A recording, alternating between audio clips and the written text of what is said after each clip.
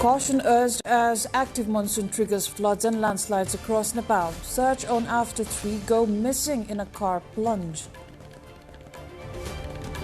Nepal and India officials likely to hold talks tomorrow following embankment dispute along Narayani River in Susta of West Nawalparasi. Kathmandu's cable chaos faces cleanup. Government launches drive to remove tangled and unused wires across the valley. Iran says negotiations ongoing with Oman over Strait of Hormuz access, however denies Trump's claim of new talks. Japan and US confirmed joint yen buying intervention, move to stabilize yen and Japanese bond markets. Pressure mounts on Infantino as English FA set to withdraw backing. Opposition grows across football bodies over FIFA chief's plans.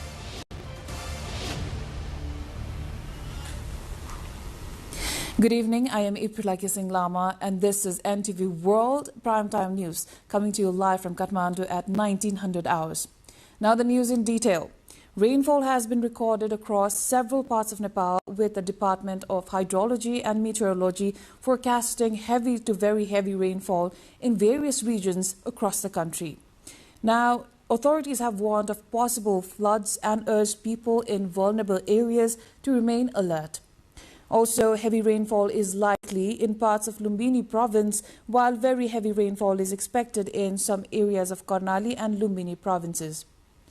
Similar conditions are forecast in parts of Koshi, Bagmati and Gandaki provinces. The department has warned that rising water levels in small rivers and streams could trigger flash floods in Kathmandu Valley and several districts. Residents have been advised to take necessary precautions as monsoon activity increases.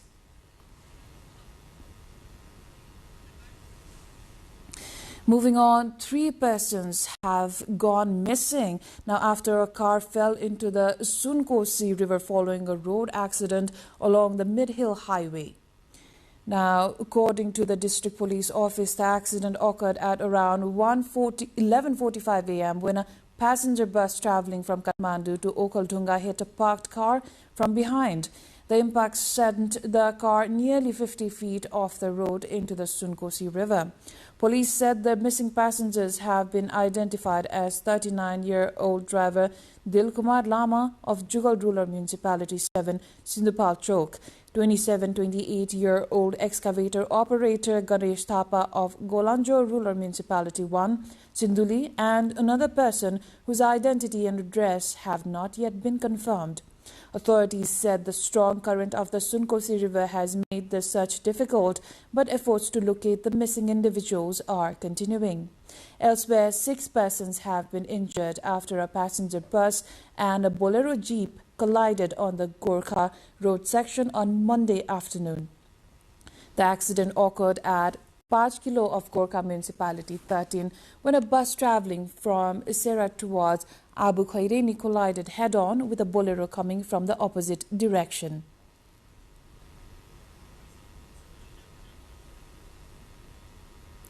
Now, continuous rainfall has triggered landslides in central and western Nepal today, destroying a 5-story concrete house in Gorkha and blocking the Beni Johnson section of the Kali Gandaki corridor in Magdi district. In Gorkha Municipality 9, the house of local resident Man Singh Gurung was swept away from its foundation, injuring a 58-year-old tenant, Tokan Mahato of Rautahad, who was rescued and taken to Gorkha Provincial Hospital with abdominal and leg injuries.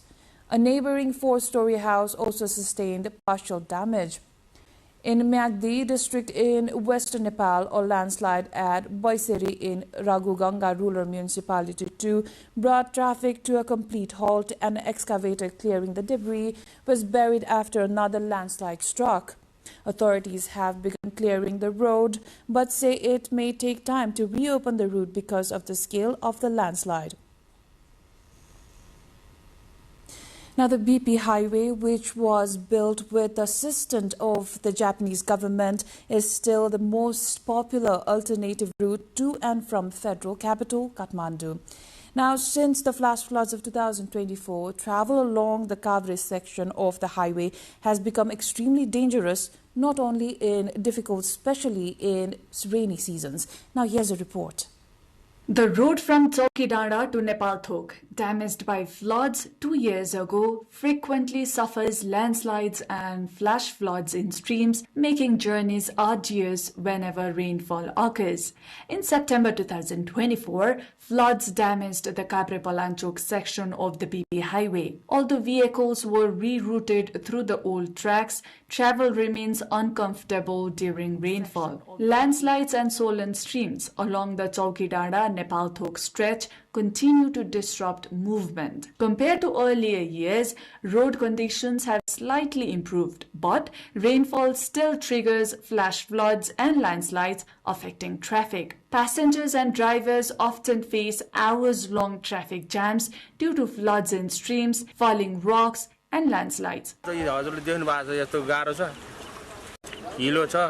बरु यसो बाटो अलि समय दिए हुन्थ्यो समस्या भइरहेको छ सबैलाई हैन सबैजना अब बाटो हिँड्नै पर्छ घरमा बसेर मात्रै नि हुँदैन हिँड्दा डुल्दाखेरि खोला पहिरोको चाहिँ डर भइरहेछ धेरै खोला खाल खोलाको ठाउँमा जाम परिरहेको छ पहिला भए म्याक्सिमम हामी जनकपुर पुग्दाखेरि 5-6 घण्टा पुग्थ्यो अहिले 9 घण्टा लाग्छ अहिले Because of the high risk of falling rocks and landslides at various points during the rainy season, security agencies have often urged all drivers and passengers to travel with extreme caution. Local authorities have advised travelers to check weather conditions before setting out. Drive at safe speeds, avoid unnecessary stops in risky areas, and follow traffic police instructions. According to the Road Division Office, high-risk areas include Chaukidara, Charse Besi, Gumaune Besi, Boksikuna, Chiuri Bas, Kala Dhunga, and Piple Barkekhola. Reconstruction of the highway has been divided into 4 sections. Work has already begun on 3, while the 4th will be rebuilt with support from the Japan International Cooperation Agency JICA. Currently, reconstruction is underway on 2.3 km from Piple to Dalavesi, 8.5 km from Dalavesi to Charse Besi, and 11 km from Charse Besi to Bakunde Besi Chaukidara sections. As of now, the reconstruction has been completed 20% in the first section, 26% in the second section, and 25% in the third section. Lack of human resource and other administrative hassles have delayed the reconstruction of the project that stands as one of the examples of Nepal-Japan cooperation. We're going for a short break. More news coming up. Do stay with us.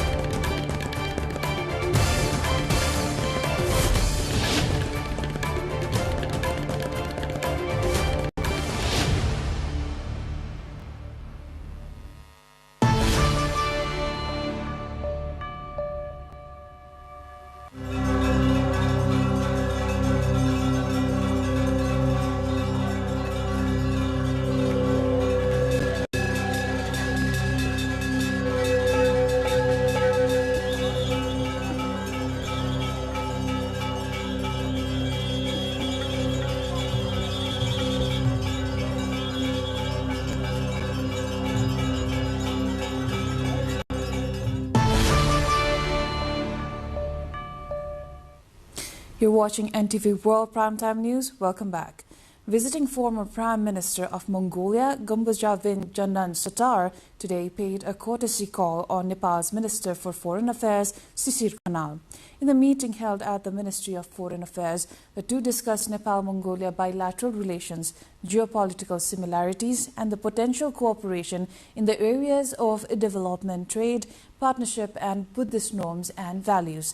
The occasion, the minister said Nepal and Mongolia share similarities in terms of geopolitics, adding that Nepal is eager to learn from Mongolia's experiences across various areas. He said Nepal is interested in expanding the bilateral cooperation in the areas of development, trade, partnership, and Buddhist norms and values. He applauded Mongolia for maintaining balanced relations with its neighboring countries and demonstrating effective partnership management. During the meeting, the two also explored possible ways to further strengthen bilateral and diplomatic relations between Nepal and Mongolia. Nepal's National Assembly members have urged the government to protect social harmony and address pressing public concerns amid the country's current challenges. During the special hour of the National Assembly meeting, lawmakers called for action on youth unemployment, farmers' issues, human trafficking, landless people's concerns, and rising social tensions. They also raised concerns over inflation, cooking gas shortages, Dalit discrimination, border disputes, public health risks, and smuggling, urging the government to take swift and effective measures. Lawmakers stressed the need for dialogue, coordination, and accountability to meet public expectations. In other news, efforts are being initiated after tensions rose in Susta of Nawalparasi West as a dispute broke out between local residents and Indian security personnel over a temporary flood control embankment along the Narayani River.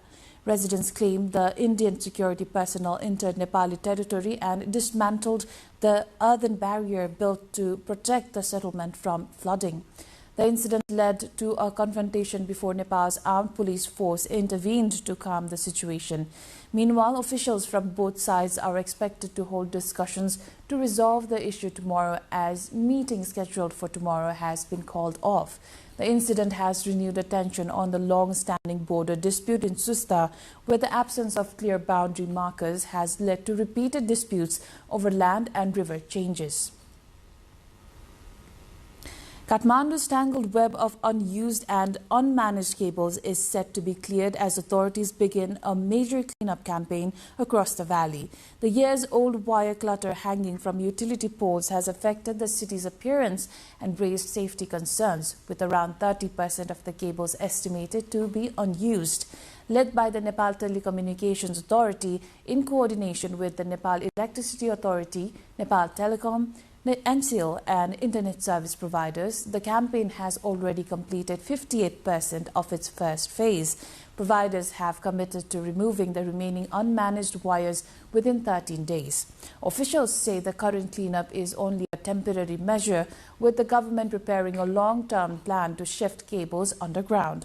However, expanding underground networks in densely packed areas such as Osan, Potaiti, New Road and Lagankhel remains a major challenge. The campaign is being carried out in several areas of the Kathmandu Valley, with service providers now required to label their cables and maintain regular coordination to prevent further wire clutter. The sarangi, a traditional Bod folk instrument and also a traditional occupation of the Gandharva community in Bardia district of mid-western Nepal, is fading from Nepal's villages as it fails to pass on to the new generation. Sarangi was once a livelihood built on traveling village to village to share stories, music and news, but the tradition is now struggling to survive. In a Gandharva community settlement in Badayatal Rural Municipality 4 in Bardia, home to 65 Gandharva households, only 5 or 6 people still occasionally play the sarangi today.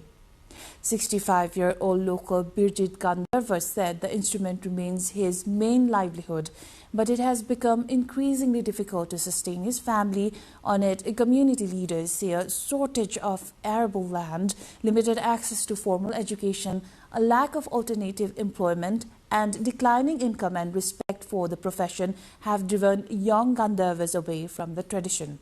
Locals warn that this history, culture and community identity is fading due to a lack of effective preservation efforts. Time for a short break. We shall be back with more updates.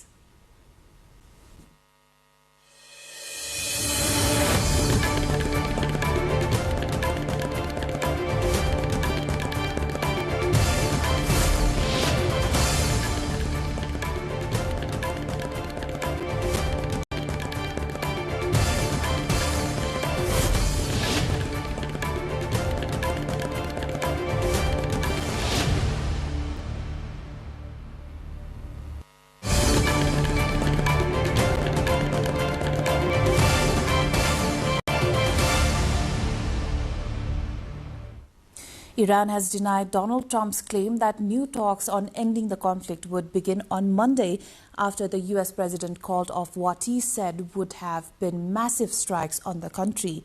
Iran's foreign ministry clarified there are currently no negotiations with the United States, but there were talks with Oman over the management of the strategic Strait of Hormuz. ما الان مذاکره‌ای با آمریکا نداریم. مذاکرات با عمان هست، متمرکز بر تفاهم بر سر مسیری که تردد ایمن کشتیرانی از تنگه هرمز رو تأمین بکنه. Now, an apparent Ukrainian drone strike has hit a wild berries warehouse in Russia's Vladimir region, around 180 kilometers east of Moscow, with video showing a large explosion at the site. Wild Berries, Russia's largest online retailer, has been targeted repeatedly in recent weeks as Ukraine claims the company's logistics facilities are being used to support the Russian military, an allegation Moscow denies.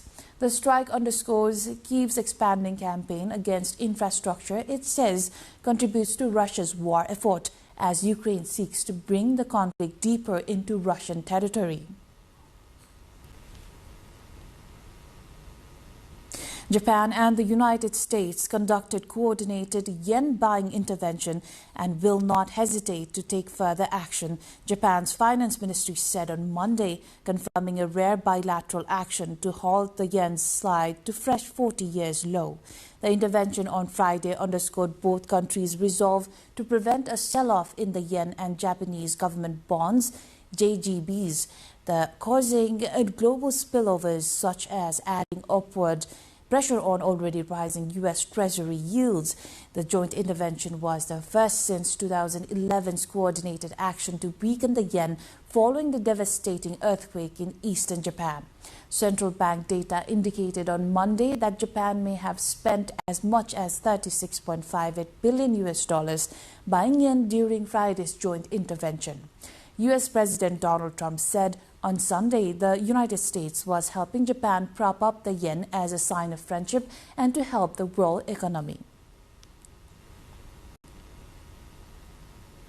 Detained Burmese leader Aung San Suu Kyi has been allowed to meet a delegation from the International Committee of the Red Cross, the first confirmed outside contact with her since a letter to her son 2.5 years ago. In photographs of the meeting released by the military government, Suu Kyi appeared to be healthy. She was detained shortly after the armed forces deposed her government in 2021 and sentenced to 33 years in jail on what are widely viewed as trumped up. Now, though her sentence has been reduced and she has been moved to house arrest, despite repeated assurances from the military that Suu Kyi is alive and well, they have never provided any convincing evidence of this.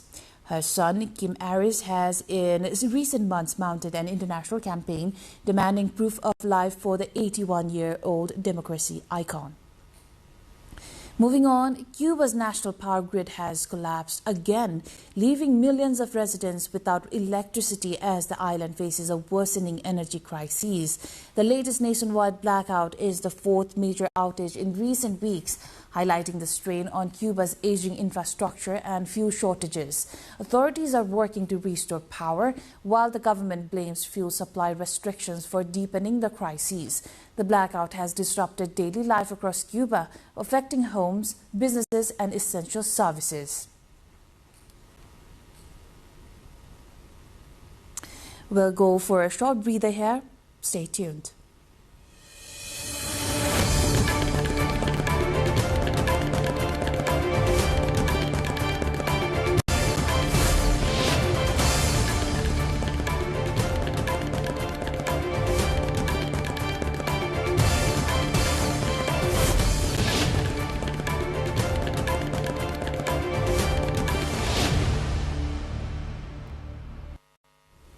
The The UK is expanding the use of robotic-assisted surgery as part of a plan to have robots involved in 9 out of 10 keyhole operations in England by 2035. At a London hospital, surgeons are training medical teams on the new Da Vinci 5 robotic system, which is expected to improve surgical precision and efficiency. Doctors say the technology can reduce pain, shorten hospital stays and speed up patient recovery, while experts believe a new generation of surgeons will be better equipped to adopt robotic techniques as the technology becomes more widely used. The initiative forms part of a broader effort to modernize the National Health Service and improve patient outcomes through advanced medical technology.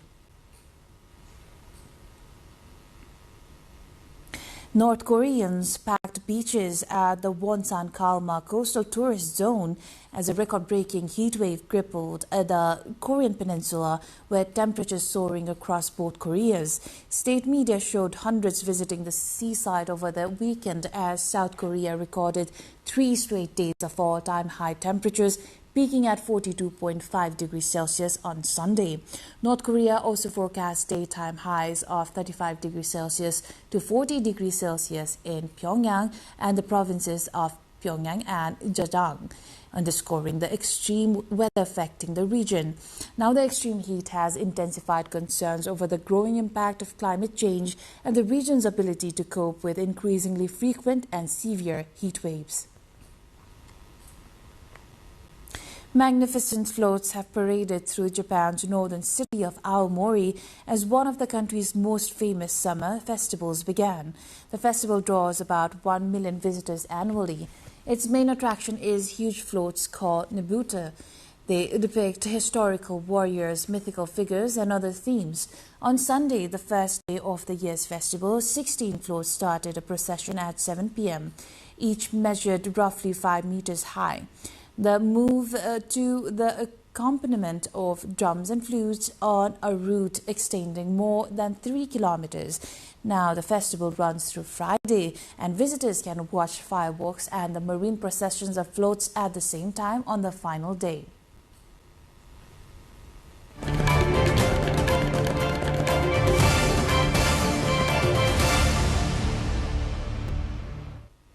Time for sports update.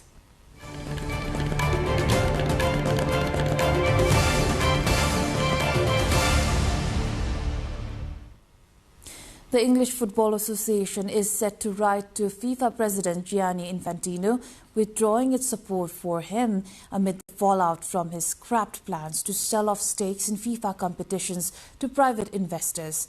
It comes as UEFA threatens legal action over the proposals and Wales publicly withdraw backing for Infantino's bid to continue as FIFA president. Next March, Infantino is set to stand for re-election for a 4th and final term as president and would need 106 votes from FIFA's 211 members to win. Infantino's leadership had already been publicly questioned by football's governing bodies in Europe, North and Central America and the Caribbean, with UEFA and CONCACAF releasing statements criticizing the plans. Now, FIFA and Infantino wanted to create a commercial subsidiary to run its main events, including its World Cups, and external investors would have been able to buy stakes in it. The inaugural CMG Robot Challenge penalty shootout kicked off Saturday in Yongzhou, central China's Yunnan province, drawing more than 1,000 spectators to watch intelligent robots face off against human goalkeepers. The event, which began at 1600, featured a fast-paced robot shoots, human defense format. Robots executed shots on goal while participants tried to block them, with contests divided into adult and youth categories to let players of different skill levels test the machine's power and accuracy. Organized by China Media Group CMG, the 2-day event will continue through Sunday.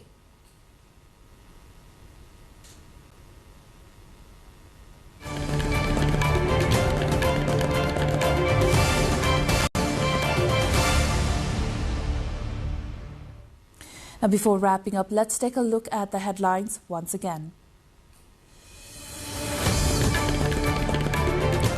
Caution urged as active monsoon triggers floods and landslides across Nepal. Search on after 3 go missing as car plunges in Sunkoshi River. Nepal and India's officials likely to hold talks tomorrow following embankment dispute along Narayani River in Susta of West Nawalparasi. Kathmandu's cable chaos faces cleanup. Government launches drive to remove tangled and unused wires across the valley. Iran says negotiations ongoing with Oman over Strait of Hormuz access, however denies Trump's claim of new talks. Japan and US confirmed joint yen buying intervention, move to stabilize yen and Japanese bond markets. And pressure mounts on Infantino as English FA is set to withdraw backing. Opposition grows across football bodies over FIFA chief's plans. That is all for the moment. Our next bulletin will be at 2200 hours Nepal time. Do join us through our social media and get the latest updates from our official website, nepaltelevision.com. Thank you for staying with us. Have a wonderful evening ahead.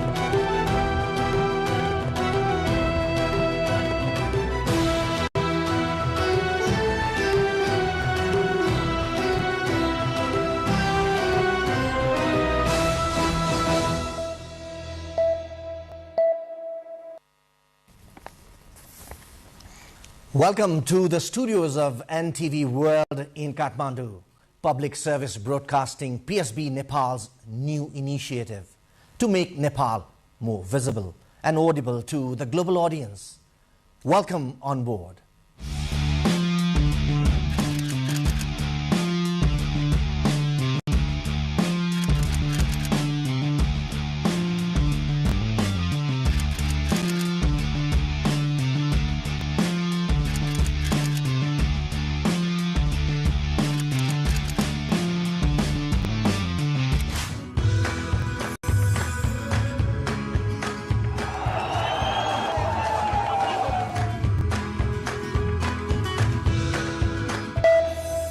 This is NTV World, facts that speak, insights that matter. Telling the stories of a changing planet. NTV World, Nepal's perspective to the world. Exploring the heartbeat of Nepali creativity. This is NTV World. The power of story shaped by technology. NTV World. Unearthing Nepal's hidden heritage. Discovering the timeless Nepal. Telling stories that endure across centuries. Where culture breathes, stories bloom. When the world moves, we make a sense of it. NTV World. Taste of Nepal. Every recipe, every flavor tells the story. Journalism in the digital age. Fast, focused, verified. Stories hold power. Stories reflecting life. Stories of the hinterlands. Reporting for NTV World. This is NTV World. Welcome to News Hour. This is NTV World. Welcome to Primetime News. One story at a time. Crossing borders, connecting voices, where Nepal meets the world in dialogue. This is NTV World, Nepal's perspective to the world. Voices that connect Nepal to the world, bringing perspective, region and relevance to every story. NTV World, Nepal's perspective to the world. Stand by. Mic is on. 3, 2, 1, cue. We are NTV World.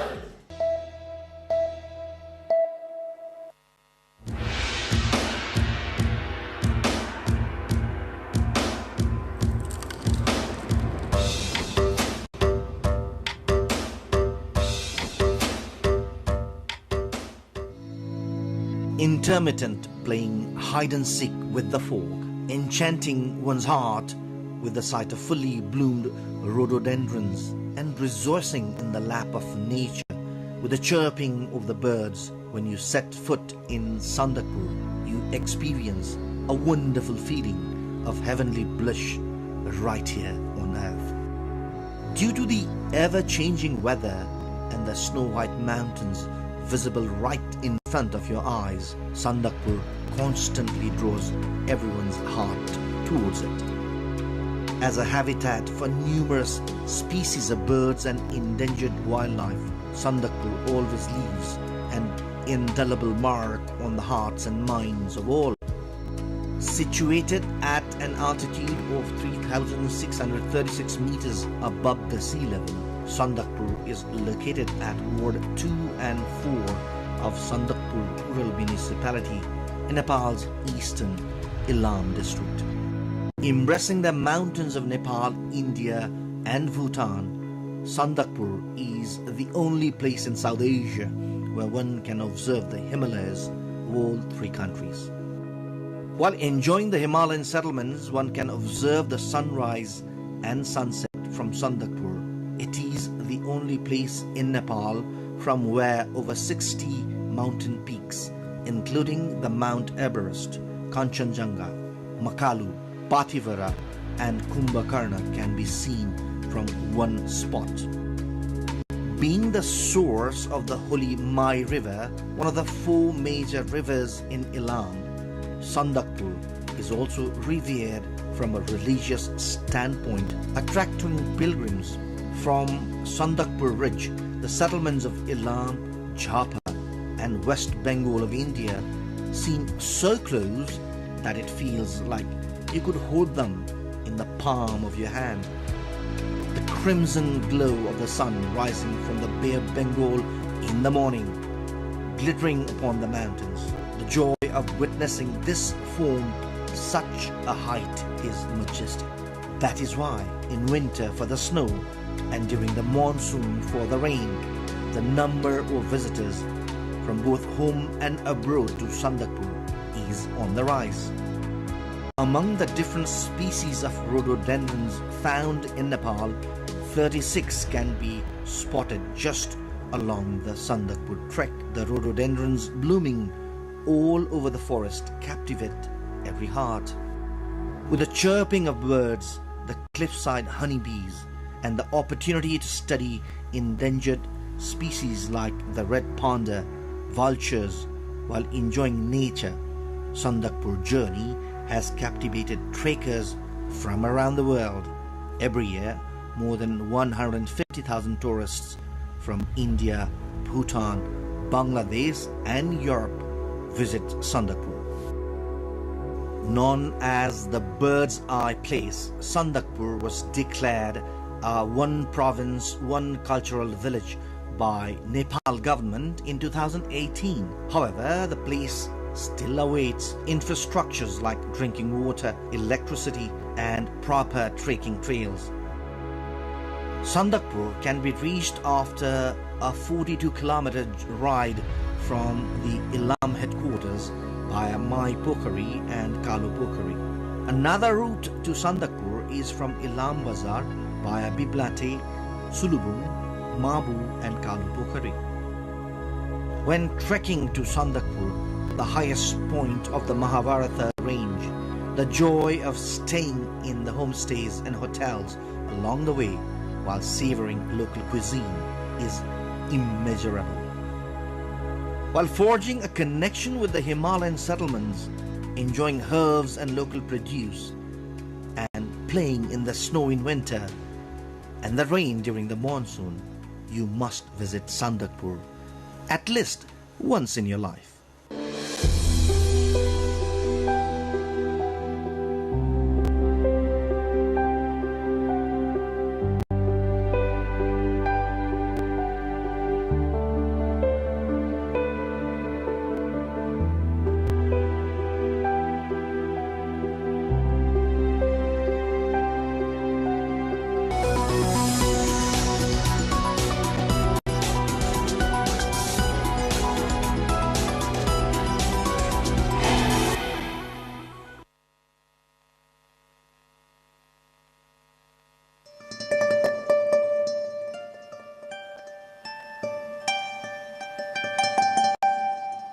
At every bend of the serpentine Bheri River, a new face of nature emerges. Each turn revealing a beauty so varied and mesmerizing that it moves the heart moment by moment. Travelling from Chinchu of Surkhet through Jare and Mehelkuna toward Gorbakot, the Bheri displays its quiet miracles. Over its crystal blue flow drifts the rustle and chirping of dozens of birds. The whisper of nearby trees merges with the vast blue sky, reflecting a harmony of natural splendor. Cutting through Chinchu, heading along the proud and scenic terrain of Gorbakot, our thoughts find themselves racing steadily along the Madan Bhandari highway toward Lake Besi in Surkhet. Our destination, the Raute settlement. We seek to observe closely the lifestyle of this indigenous group, long perceived as distant. We hope to feel a sense of closeness with a community rarely encountered, where the Raute, in their most authentic form, stand before us to share their stories.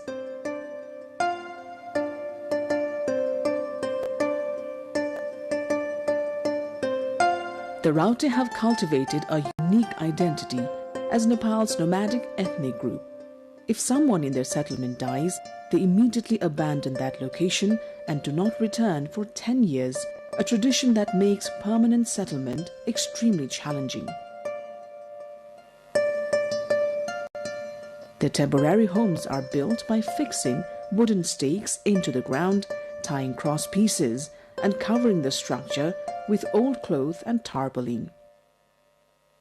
सधैँभरि यो पुर्खा मेरो पुर्खौली त्यस्तो छ त्यस्तो नभइदिए एक ठाउँमा बस्ने छ एक ठाउँमा नभए यो हजुरलाई हल्दुवार यो घर बनाउँछौँ त्यस्तो घर हामी मन पर्दैन मेरो मन पर्दैन यही यस्तै चिरपाल तागा तागाको राम्रो हुन्छ हामीले यस्तै मन पराउँछ यही गाडो लगाएर राम्रो मान्छौँ अब पहिले हेर्न जानु पर्यो पहिला सबैले हेर्न तपाई आफै यो हामी आफू त जान्दैन केटाउरु जान्छ त केटाउरु गएर फेरि हेरेर ठाउँ राम्रो छ कि नराम्रो छ कि भनेर ठाउँ यो जहाँ ठाउँ राम्रो भयो त्यही जाने यस्तै पाखामा को बस्न सक्छ र यस्तै समूह जग्गा चाहियो. Especially during winter, protecting themselves from the cold becomes difficult. They sleep on the bare ground with only thin tarpaulins, not enough clothing to cover their bodies fully. Men wear a loincloth and wrap their backs with coarse cloth, knotted in front and falling to the thighs, with a cap or a small turban on their heads. Women wear a short, patterned skirt of rough fabric and a handmade blouse that covers only part of the torso and chest. Women adorn themselves with earrings, necklaces and bracelets made of iron, brass and aluminum. When we visited in late Kartik, the cold had already set in, yet the Raute sat on the ground as usual. Even when ill, they rely solely on their chieftain, traditional healing practices and herbal remedies. The Raute tell that the community consists of 3 clans, Katyal, Raskoti and Samalvanshi Shahi. According to the National Census of 2021, Raute population stands at 566. It was 618 in the 2011 census. कोही मान्छे यो पहिला पहिला त आया थिएन अब आजभोलि त यो चामल पनि आउँछ भट्टा पनि लाग्यो हो कि होइन चामल पनि आउँछ यो तिरपाल पनि आउँछ ब्ल्याङ्केट आउँछ खाना पुग्यो त भइयो अब भोकै मरेको छैन के अरे बाहिरबाट आयो भने कामधारी त गर्नु पर्यो हो कि होइन त्यो काम कुसी बनाउनु पर्यो मधु बनाउनु पर्यो खाद बनाउनु पर्छ अब दरार जुग्रो हामी बनाउँदैन हजुर. Traditionally, the Raute have lived in the forests, ravines and riverbanks of districts like Dailek, Jajurkot, Surkhet, Acham, Salyan, Dang and Kalikot. They dwell in the wilderness, hunt monkeys and carve wooden utensils which they exchange for grain in nearby villages. It's a cycle that sustains their livelihood. The Raute have distinct marriage customs. After marriage, a separate area is set aside for the couple. According to Rauti belief, a widow should not remarry after her husband's death. Marriages occur strictly within their own community between Rauti youths. Apart from cooking pots at home, an axe for cutting trees, and a chisel-like tool for shaping wood, the Rauti do not store belongings. Men prefer to hunt monkeys using traps, while women gather wild roots and tubers.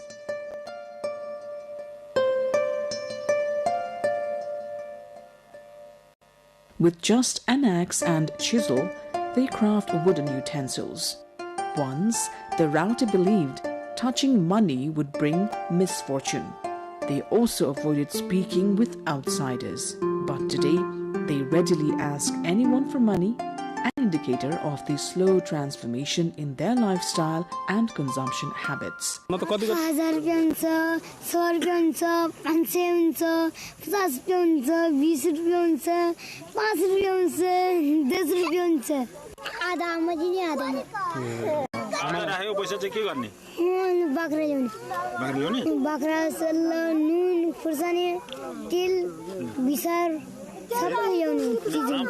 मेरो नाम फुलमाया कति वर्षको भयो म 18 भयो अनि school जाँदैन school त जान थियो पहिला त जान दिएन आज बोले पनि स्कुल जान दिन्न कसले मुखियाले किन नि मुखियाले नि पढ्न लेख्न दिन्न त किन होला त त्यस्तो खै के पो होला नि मुखियाले दिन्न नि पढ्न जान त मन त लाग्छ तर पढ्न दिन्न.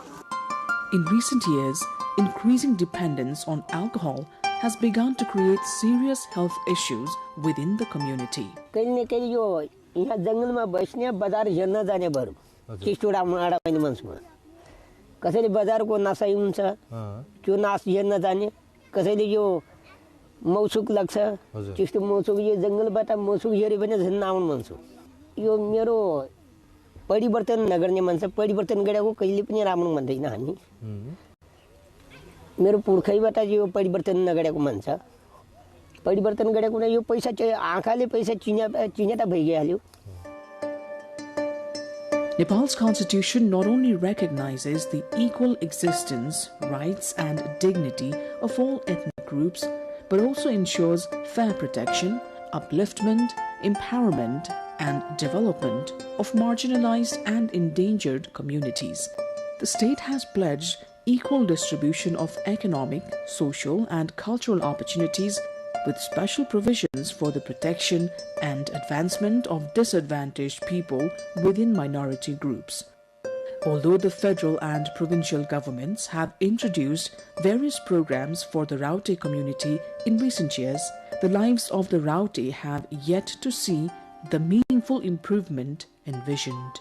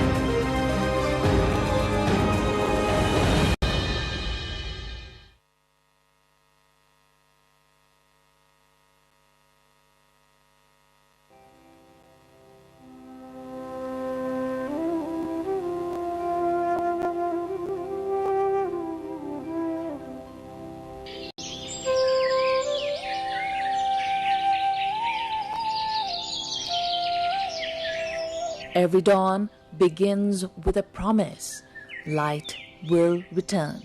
For the people of Nepal, the sun is not just a star in the sky. It is an eternal witness to labor, to love, to loss, and to life itself.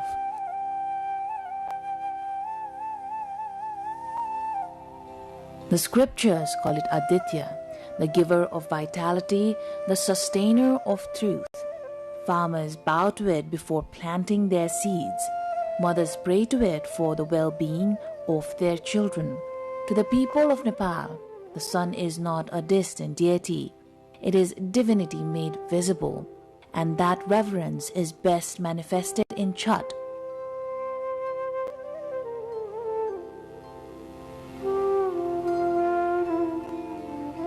The festival where dwellers of the plains gather to thank both the rising and the setting sun. This Chhat festival is a Hindu Vedic festival which is not only celebrated in India and Nepal these days. It has transcended to all the frontiers. Previously it used to be celebrated in India and Nepal only. But these days the devotees who belong to Hinduism or from Islamic community, even they are celebrating abroad. Since this festival is the celebration of the nature and it promotes organic way of life, it promotes pollution-free atmosphere and environment. This festival has reached to all the walks of life because it promotes equality. As you could see that the devotees at the same pond, no matter whichever caste or class they belong, they are considered to be equal. The roots of this festival lie deep in the ancient plains of Mithila, a cultural landscape shared by Nepal and India, where faith, soil, and sunlight have long shaped life itself. From its earliest mention in the Vedas to its celebration today, Chhat has journeyed through centuries and civilizations, changing form, yet never losing its spirit of purity, discipline, and gratitude. It's a 5-day festival. The first day is called Marua Mas Barnai. Barnai means to refrain from. In that day, the devotees take a pledge to refrain from consuming non-vegetarian food and garlic and onion made food items. And the second day is called Nahai Khai. In that second day, the devotees first take bath, then offer prayers to the sun god, and then consume pure food. The third day is called Kharna, and in that day, the devotees take fast till evening and break the fast with the prasad of kheer and banana. On the fourth day, we could see the Sandhya Argya, that is evening prayers. All the prasada which is offered to the sun god, each and every prasada is offered to the sun god by standing in the waters. And the same thing is repeated in the fifth day, that is called Usa Argya. Usa means the prayer for the rising sun.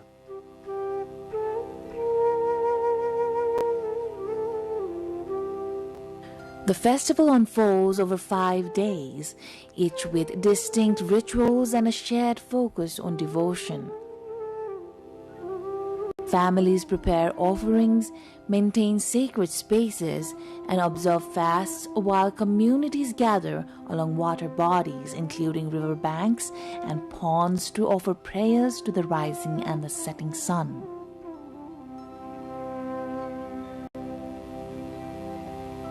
Women play a central role in organizing the rituals and guiding younger generations, while men and children assist in preparations.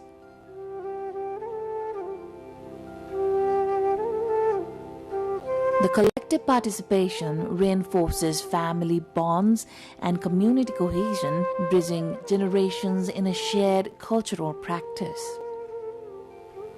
The women of our part of the world, they do rigorous fasting for the long life of their husband and children. They are at the central role in this festival. छठमा महिलाले मात्रै पूजा गर्ने होइन, पुरुषलाई पनि छठमा जोसुकैले पनि छठमा पूजा गर्न पाउनुहुन्छ. यहाँ कुनै जेन्डरको बायस छैन. तर हाम्रो वुमेन एम्पावरमेन्टलाई कहाँसम्म यसले रोल प्ले गर्दो रहेछ, सस्टेनेबल डेभलपमेन्ट गोल्समै हेर्ने हो भने जेन्डर इक्वालिटी कुरा गर्छ, वुमेन एम्पावरमेन्टको कुरा गर्छ. There is no use of Sanskrit mantra, there is no role of pandit, There is no any holy text which will prescribe the modality of the Chhath celebration.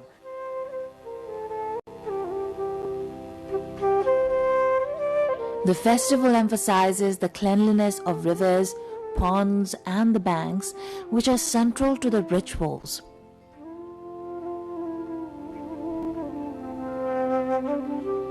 These practices reflect an understanding that devotion is inseparable from responsibility towards nature.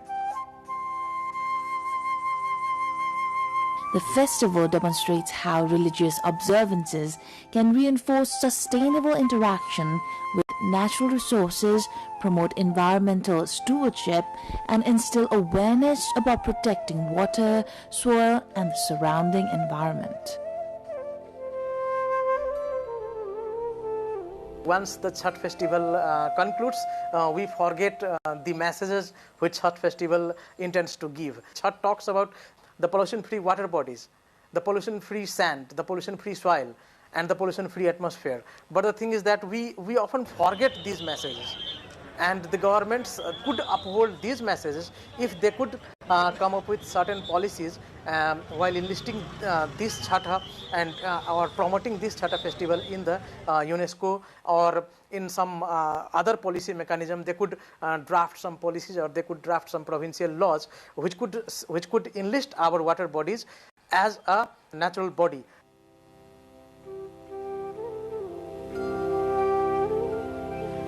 Chhath also supports local economies and traditional practices.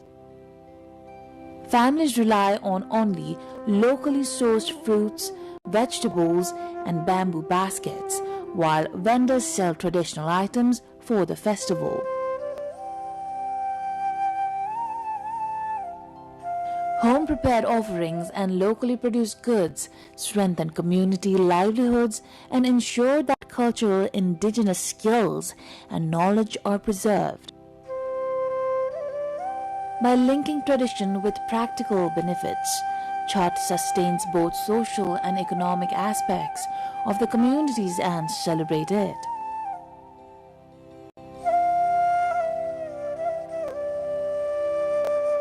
This festival could be used as a bridge to connect the people from all walks of life, to connect the people from hill and tarai, to connect the people from each and every community member. So this festival could emerge as a festival of social cohesion. And beyond this, we could unite our community in a bond of equality and in a bond of community spirit.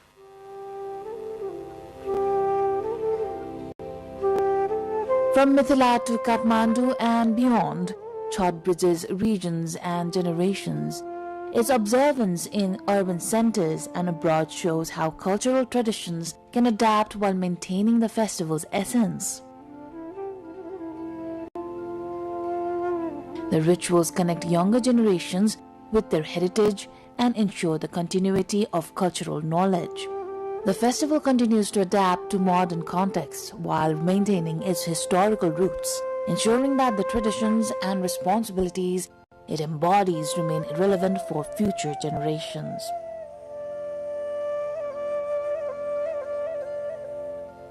The Holy Scriptures also talks about Chhath festival. Lord Sita had performed Chhath festival after Lord Rama came from Banvasa.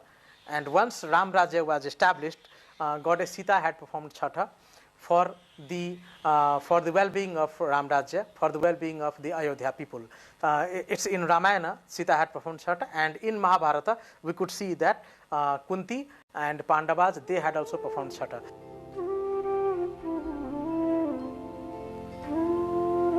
Practices become culture, good practices become religion, and Chhath reflects a tradition that transcends boundaries, uniting communities across the Mithila region.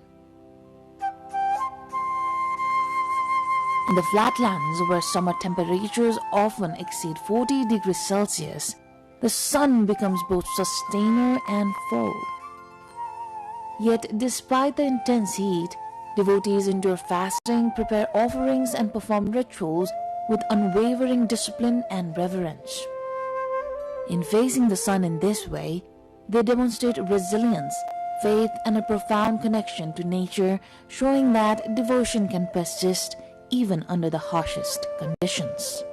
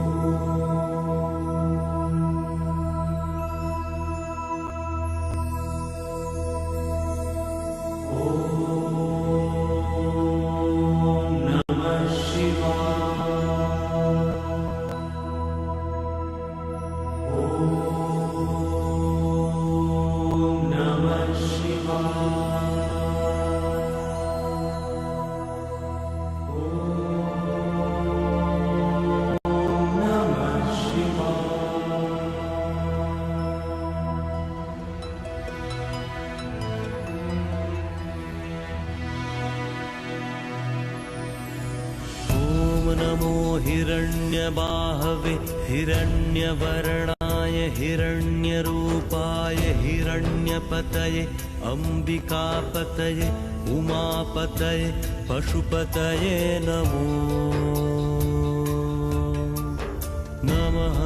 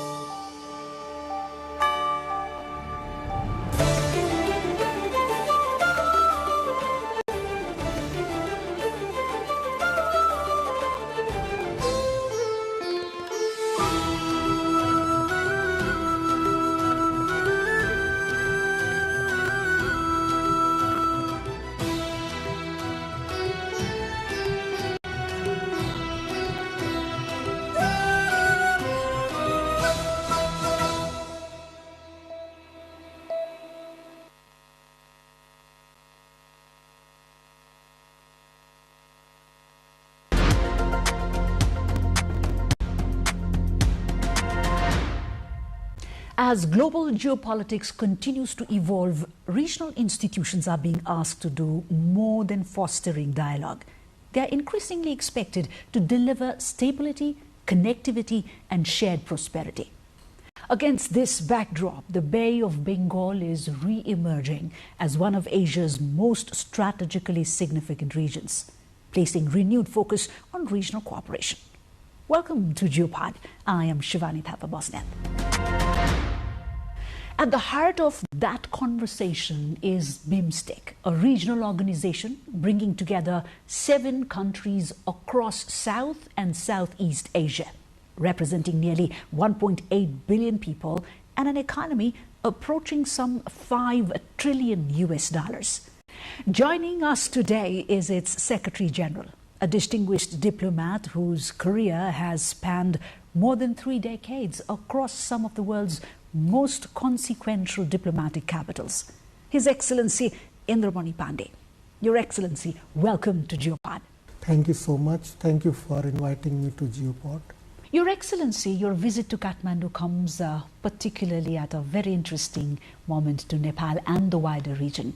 So, what makes this visit significant from BIMSTEC's perspective?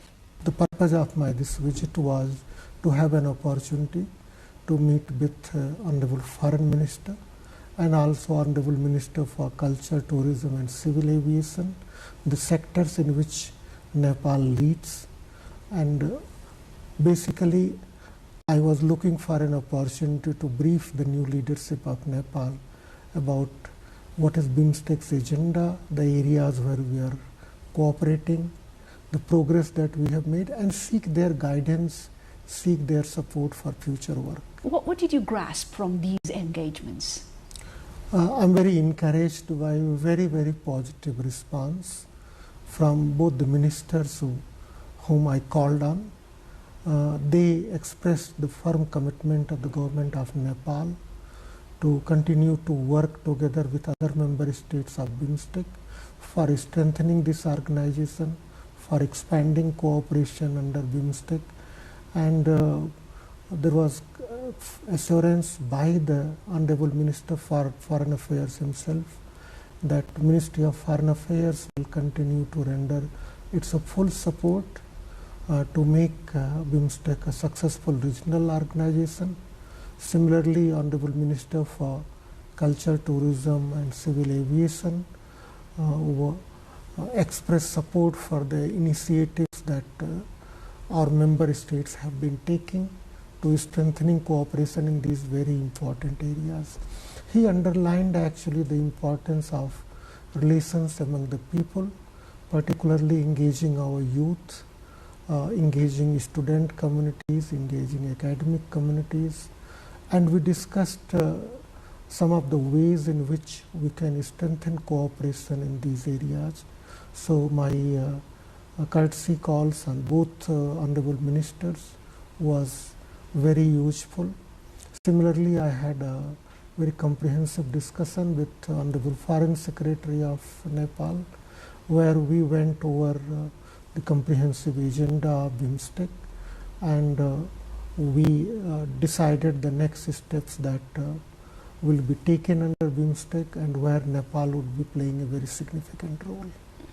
How intensively, Your Excellency, was the role of Nepal within the BIMSTEC? How intensively was this discussed during this meeting? The discussion focused on the importance of regional cooperation. In fact, the growing importance of regional cooperation in the current geopolitical context, and there was firm affirmation of the importance that Nepal continues to attach to BIMSTEC. It was underlined that Nepal has always believed in multilateral diplomacy, both at the global level and at the regional level. And if you look at the key role that Nepal has been playing, it has always been very proactive globally and regionally in contributing to this platform. So for Nepal has been member of BIMSTEC for past 22 years, and I would like to underline that in these 22 years it has not only continued to support BIMSTEC but has played a very important role. Let's step back from the immediate purpose of your visit and take a quick look at the bigger picture. Now, diplomats are defining the current scenario as an inflection point for international relations. The assumptions, shaped largely post the Cold War era, from globalization to multilateralism, are being increasingly questioned. So, Your Excellency, how do you assess this international order vis-a-vis the geopolitical and economic dynamics? Where the fundamental changes to the rules-based international order, there are questions about continued relevance of that order. There are concerns about how this situation will evolve in future, what kind of geopolitical environment will face in future. So there are huge uncertainties and also unpredictabilities. So at this stage we find ourselves in a position where we cannot even predict how the situation is going to evolve. So it's a period where countries, while working multilaterally and bilaterally, are certainly concerned about how this order will shape in future and what kind of situation they will encounter. So even this kind of environment, that's what I have been trying to underline, that regional cooperation becomes even more important than ever. What, in your view, Your Excellency, do you think is the single biggest force reshaping this international relations today? Is it climate, technology? What is it?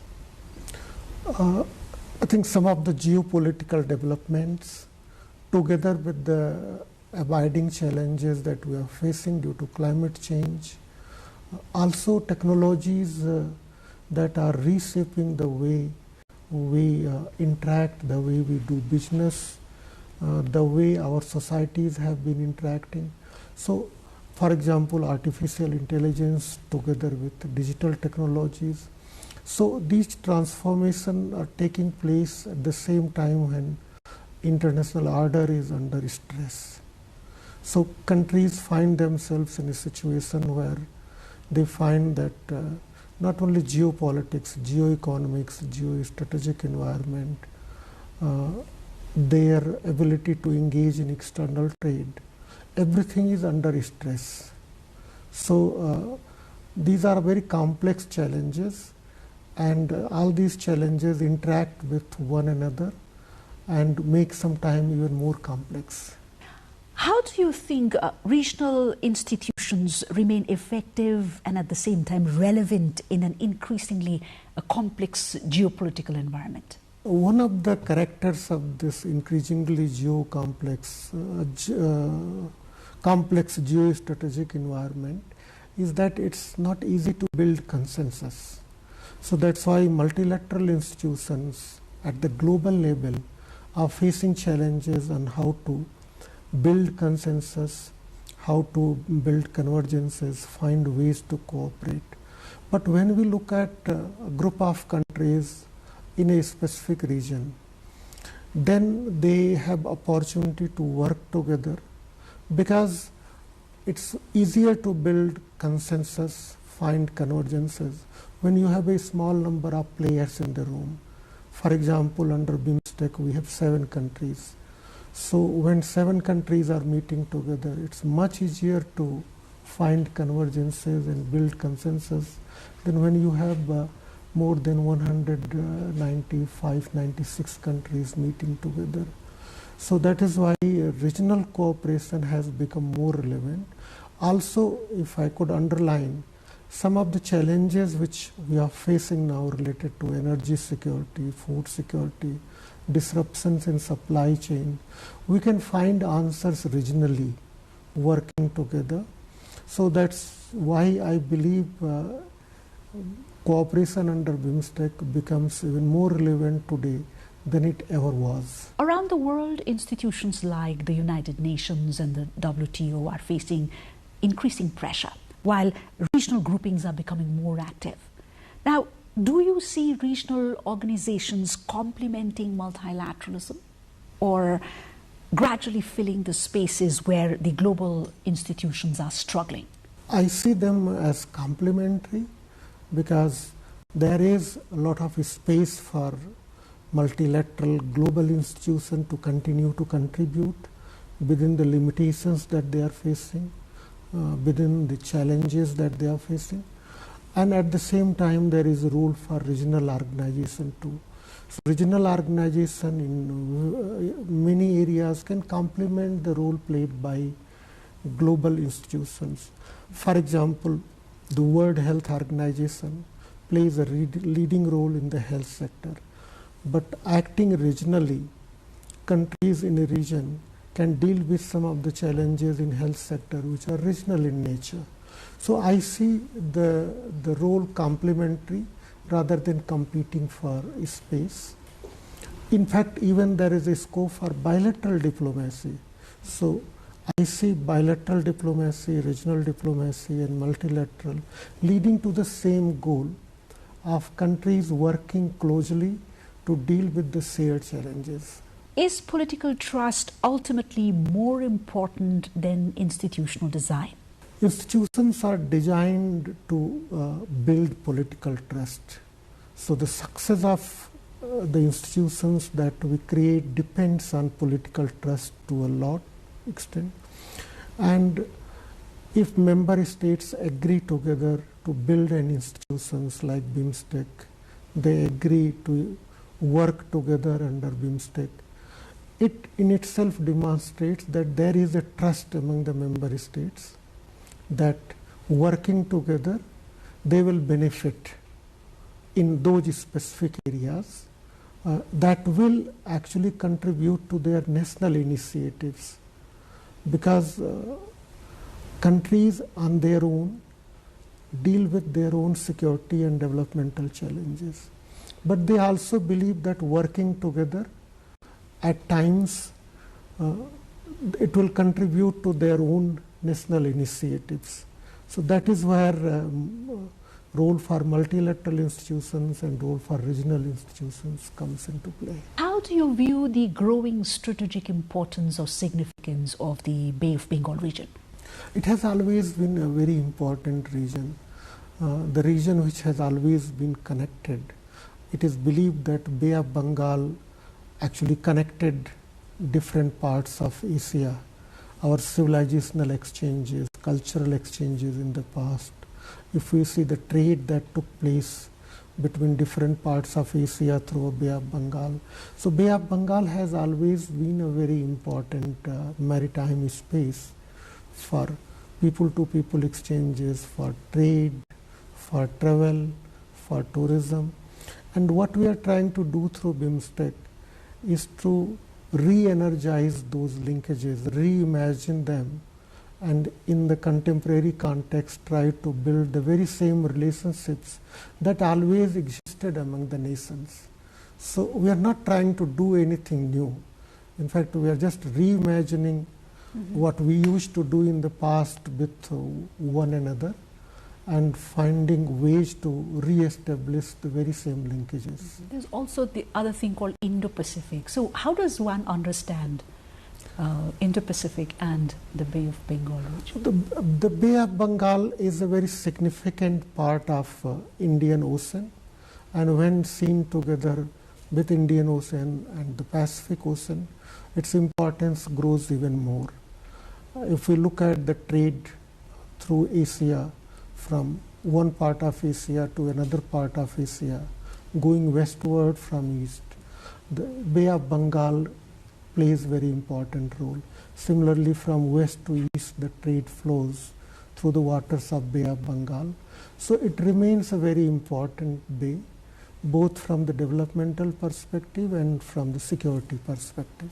Your Excellency, regional organizations are increasingly judged by outcomes and not just by aspirations. How is BIMSTEC translating regional cooperation into tangible benefits for the member states? I fully agree with you that BIMSTEC, like any other organization, should be judged through the tangible outcomes that we can achieve through our different cooperation mechanisms. I have been interacting with think tanks, with academia, with media, and this has been the usual perspective that the cooperation should be intended to provide tangible benefits to the people. And that's why under BIMSTEC we are actually focused on engaging in tangible cooperation in different sectors. We have agreed action plans in different areas of cooperation. Our focus is on implementing those action plans, working together with our member states, but also with our external partners, so that we can leverage their capacities, their programs, for the benefit of our member states. And again, if we look at the evolution of BIMSTEC in 1997, it was conceived actually as a platform where countries from South Asia and Southeast Asia could engage in tangible cooperation. If you look at our name, it says multi-sectoral, technical and economic cooperation. So the emphasis is always on engaging in cooperation. It's a non-political organization, and our member states are committed to keep it as a non-political organization, keeping the political issues away from our agenda. If we look at our agenda, it's very comprehensive. It's development focused. We cover most of the sustainable development goals agreed by the United Nations, and our member states want to expand cooperation to cover all the sustainable development goals. So we are very development focused. We are very focused on implementation of our plans of action, our master plans, and we are committed to delivering tangible benefits to people of our nations. As you mentioned, together we are home to about 1.8 billion people.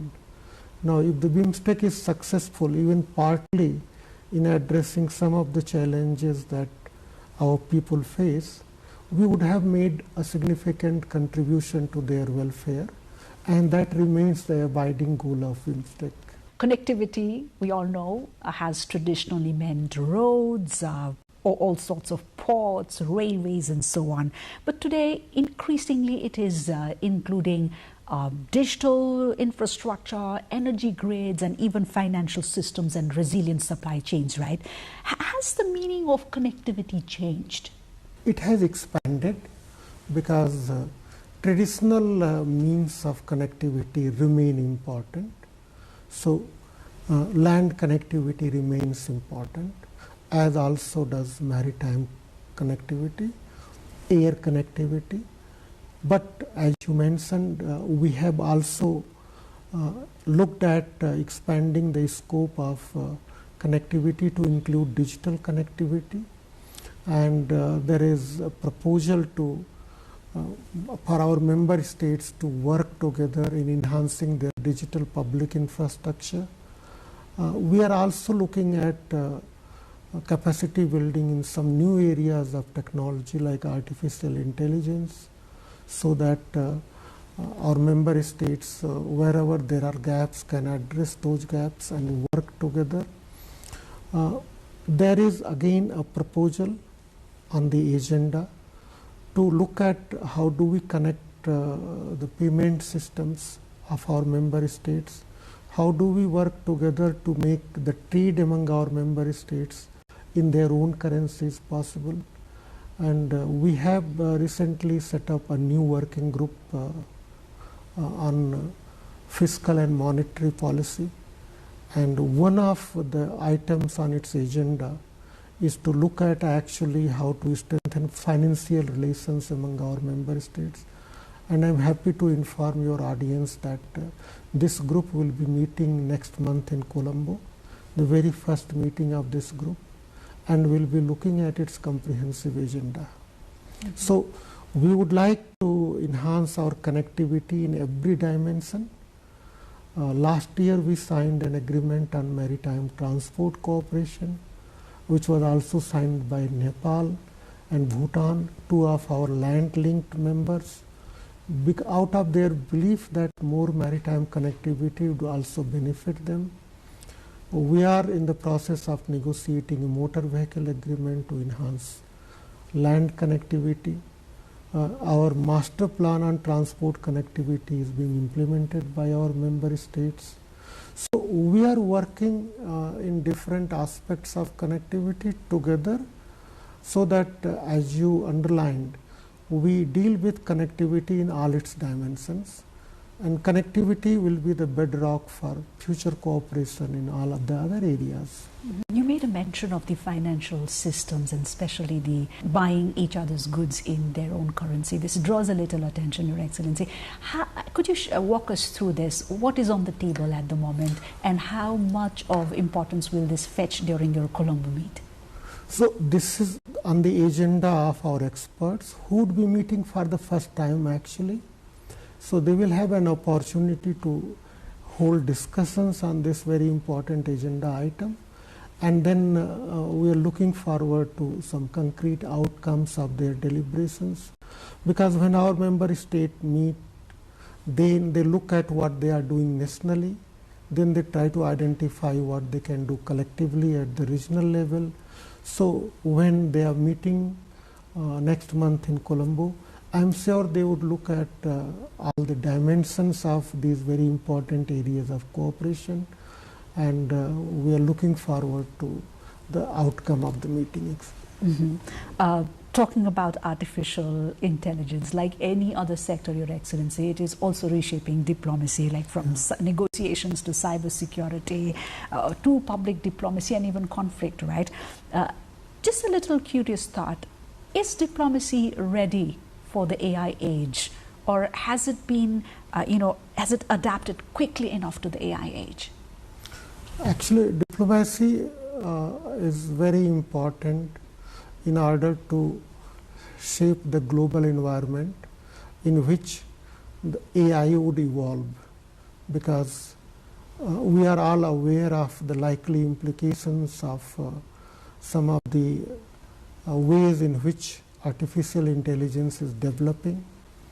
I think there is a collective responsibility of the UN member states, both acting globally and regionally, to ensure that this evolution in artificial intelligence remains firmly anchored in the welfare of the people. It serves the interest of the people. So that is why in BIMSTEC context too, we have made a small beginning by working together with ITU, International Telecommunications Union, on engaging in capacity building about AI, so that the challenges that we are going to face in AI domain will become evident for all our member states, and then we can explore the avenues for cooperation.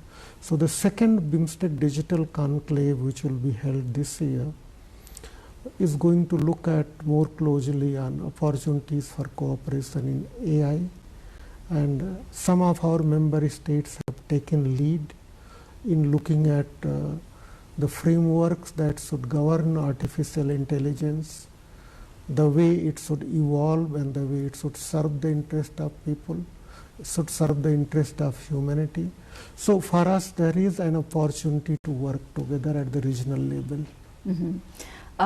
Security today extends certainly beyond military threats, right? So how do you think should regional organizations redefine security in the new environment? Actually, in BIMSTEC context, we have looked at different dimensions of security of our member states. Those threats to their security which are transnational in nature, where our member states feel that by working together they can benefit. For example, under the joint working group which deals with counter-terrorism and transnational crime, we have 5 different subgroups dealing with threats like cyber security, human trafficking. They are looking at financing of terrorism and money laundering. They are looking at how to deal with the phenomena of radicalization, which then contributes to terrorism, and also a separate subgroup which has been busy with negotiating conventions. So we have under BIMSTEC a convention on counter-terrorism and organized crime, which covers also drug trafficking.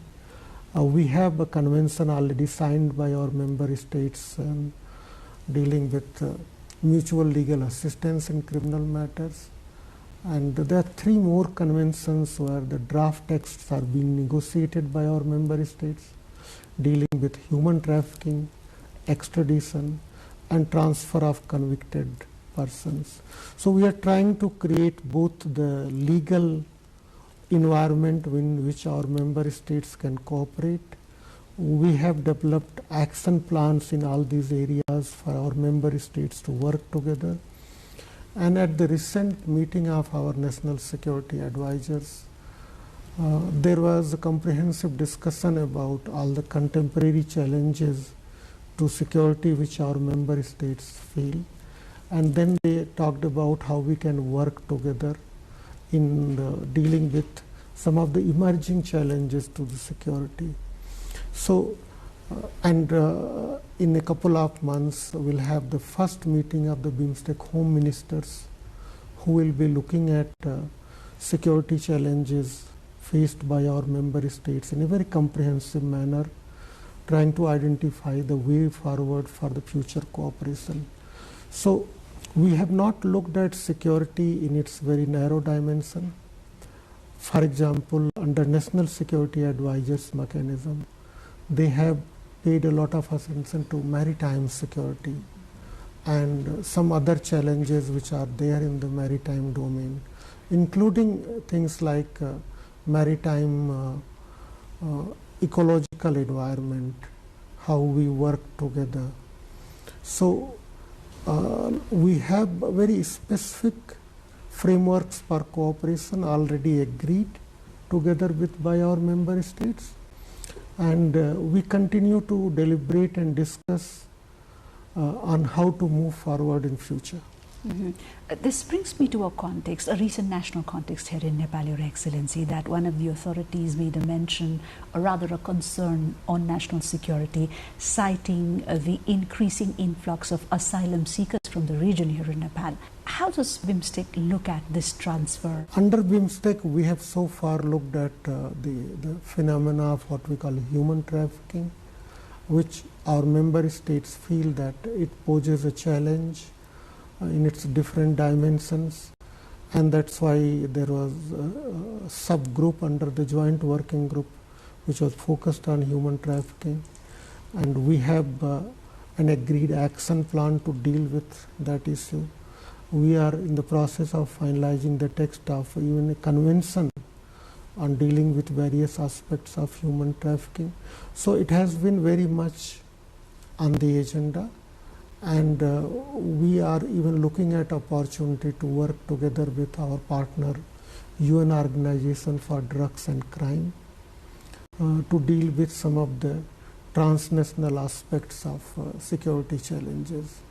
So again, our member states, when they meet, they discuss together the challenges that they feel. There will be challenges that our member states deal with at the national level, and then there are challenges where they think they can work together and they will benefit from regional cooperation in those areas. As the region fetches a lot of strategic vantage and importance at the moment, Your Excellency, and especially in an era of fragmented supply chains and economic uncertainty that we are currently experiencing, where do you see the Bay of Bengal region creating its greatest strategic advantage?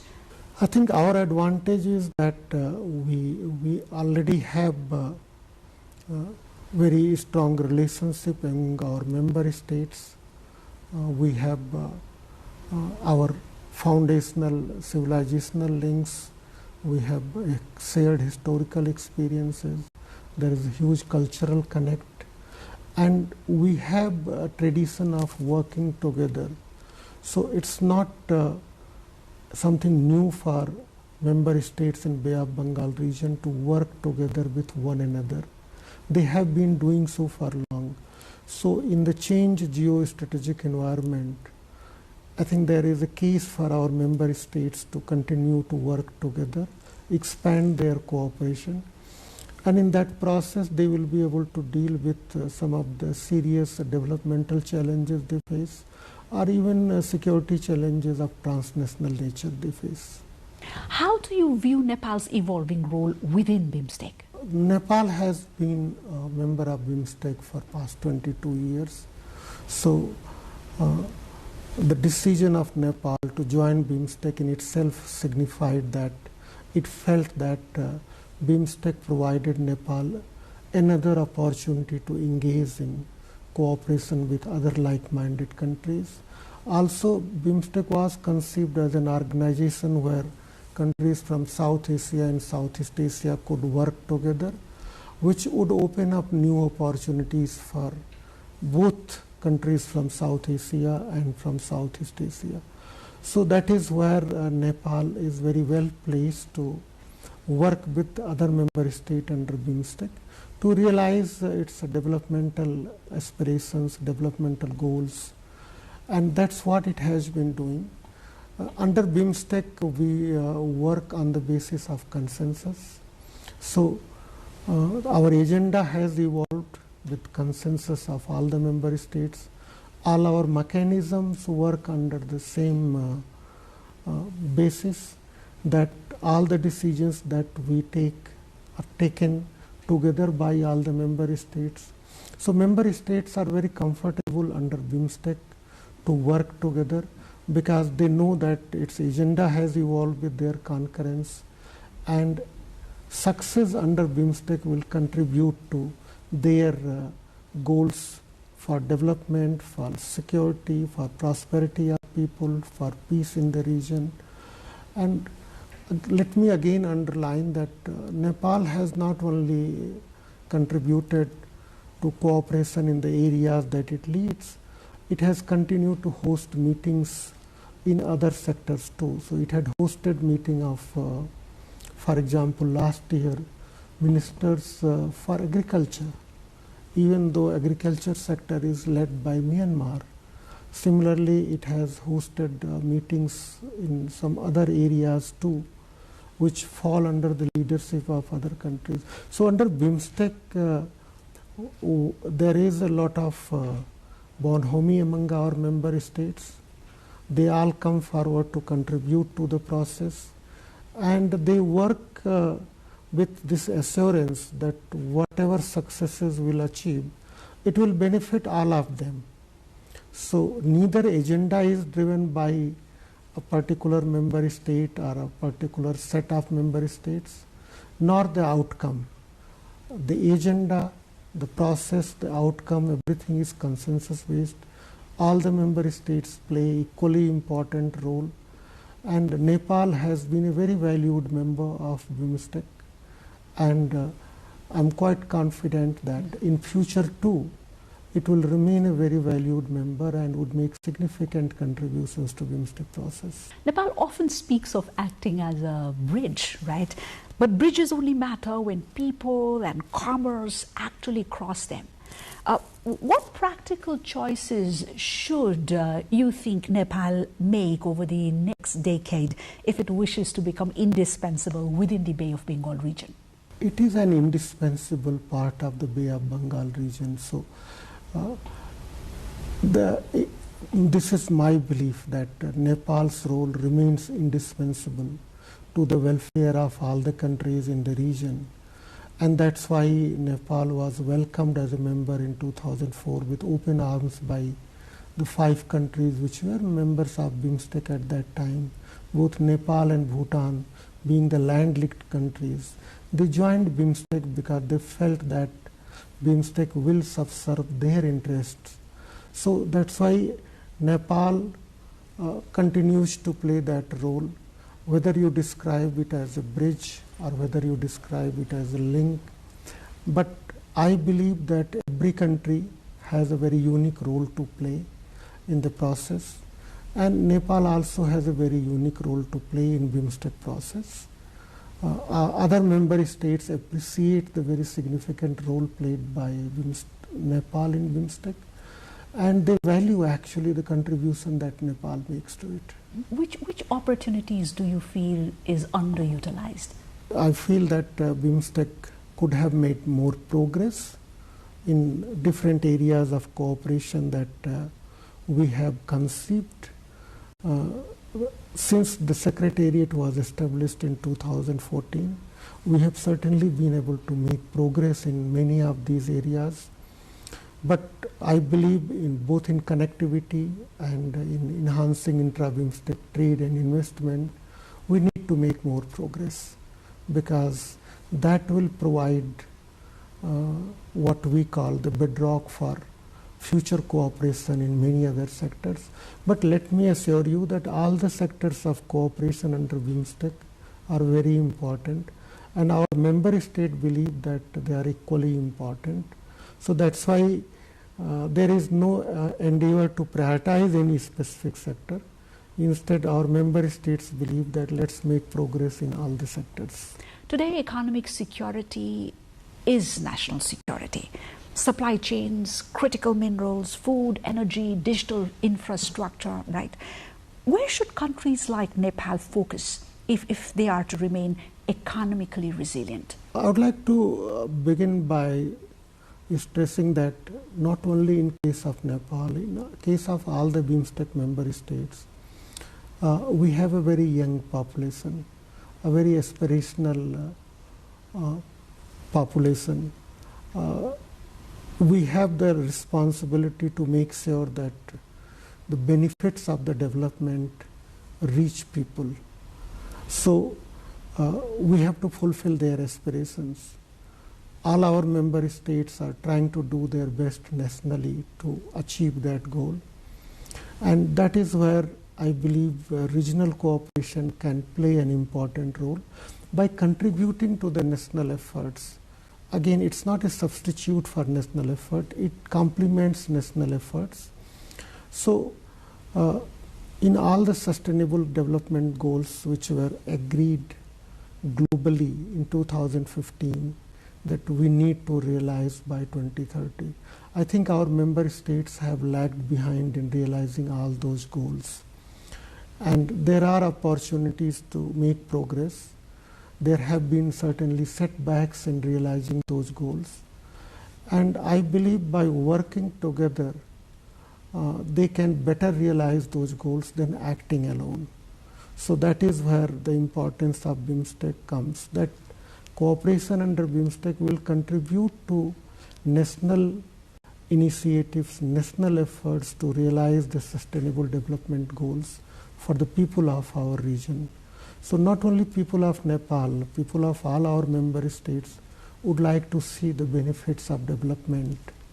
They would like to become more prosperous. They would like to have more opportunities for their development. And we have that responsibility to translate our vision into reality, into tangible cooperation. So that's why rather than identifying a set of goals as more important than others, we need to focus on realizing tangible cooperation in all the areas that we have collectively agreed to work together. The question certainly is, how do we make that happen, right? What are your priorities for BIMSTEC in the coming years? So I'm glad you mentioned BIMSTEC priorities, because the Secretariat's priorities are fully aligned with the member states' priorities. We are there to facilitate cooperation among our member states, to anchor the initiatives that our member states take. And we always focus on implementation by working very closely with all our member states on where are the areas where we need to make swift progress. And that brings me back to the purpose of my visit, which was actually to discuss with the leadership of Nepal on where we are in terms of BIMSTEC cooperation, what we need to do for future. So I would like to underline that for all our member states at this stage, their priority is to reform and revitalize BIMSTEC and continue to work together to translate all the declarations that we have, all the action plans that we have into tangible cooperation, which should directly or indirectly benefit our people. Drawing on your extensive diplomatic career, what lessons do you believe, Your Excellency, are the most relevant in navigating today's international environment? I think the best compass would be to stay focused on how we define our national interests and look for opportunities, because when you have one door closing, there will be other doors which would be opening. So countries working individually or collectively should keep looking for opportunities, keep their options open, so that whenever they see an opportunity, they should be able to avail those opportunities for their own benefit. So to remain focused on how do we define our national interest, as some countries have said, like India first or Nepal first or Bangladesh first approach. I think that's the ideal approach, where countries prioritize their own national interest but look for all the doors which are open to subserve those interests. So instead of going by certain ideologies or certain beliefs, the approach should be more pragmatic, more practical, more realistic, so that in spite of all the challenges, we are able to spot the opportunities for cooperation and then work together. So that's what I feel as a diplomat, that we all should stay focused on what the priorities of our countries are. And towards the end, if I may ask a slightly reflective question, Your Excellency. 20 years from now, when another Secretary General sits where you are today, what do you hope fundamentally changed in the Bay of Bengal region because BIMSTEC existed? I would certainly like to see, not 20 years later, say 5 years later, 10 years later, that first we are better connected, whether it's, as you mentioned, connectivity through land routes, through maritime routes, through air routes, digital connectivity, trade connectivity. We should be able to trade more. So we should have a higher share of our external trade among our BIMSTEC member states. So intra-BIMSTEC trade and investment should certainly go up. I would like to see more people-to-people exchanges to evolve. At present, we have taken initiatives in domain of culture, tourism, beginning of youth exchanges and sports.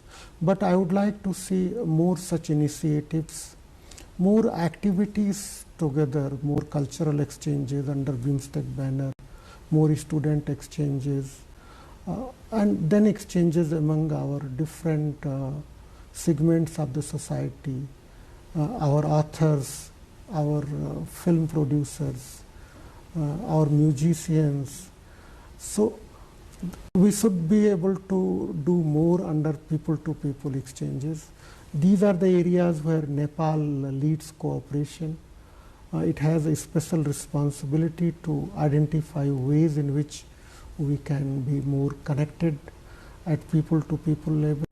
So if we can have more connectivity, we trade more, we travel more, we are more connected at the people-to-people level, I'll be a very happy person.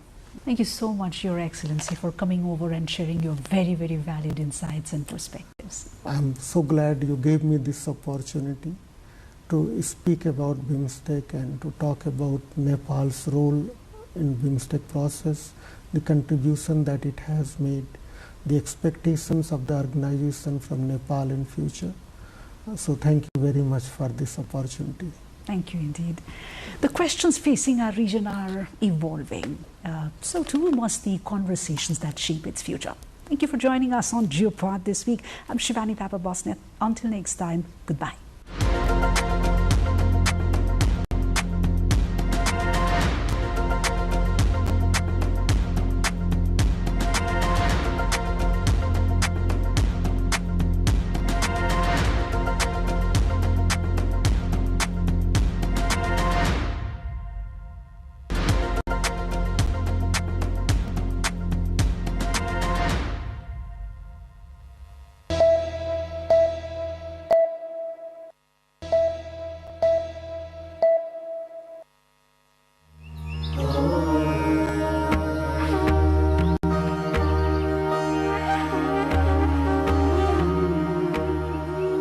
Pashupatinath is located in the eastern part of Kantipur city, approximately 5 kilometers away from Bagmati River.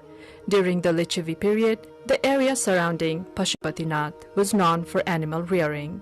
This region includes Duasthali, Kuveshwari, Gaurighat, Chaba Hill, Ganeshtan, and Kutuwali, all of which are part of the Pashupatinath area.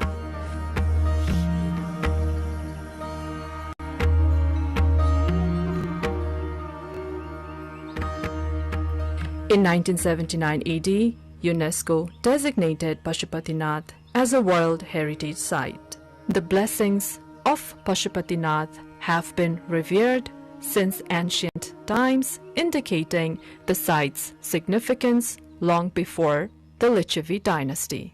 The presence of Jyotirlinga, a sacred representation of Lord Shiva, is mentioned in one of the ancient texts, highlighting its historical and religious importance.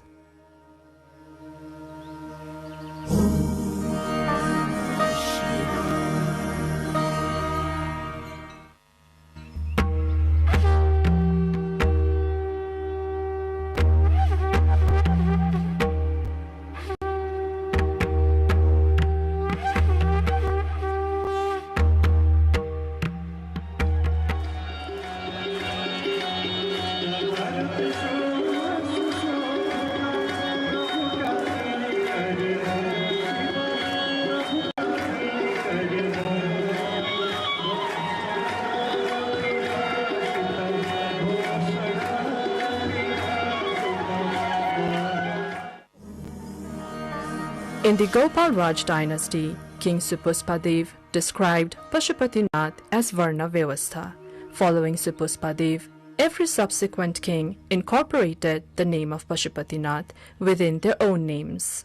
King Vaskar Dev offered 3 kosh to Pashupatinath, Brashdev presented a Trishul, Dharmadev contributed a Brishjos, and Narendra Dev offered various kosh made from different materials. Finally, Jayadev offered a lotus to Pashupatinath.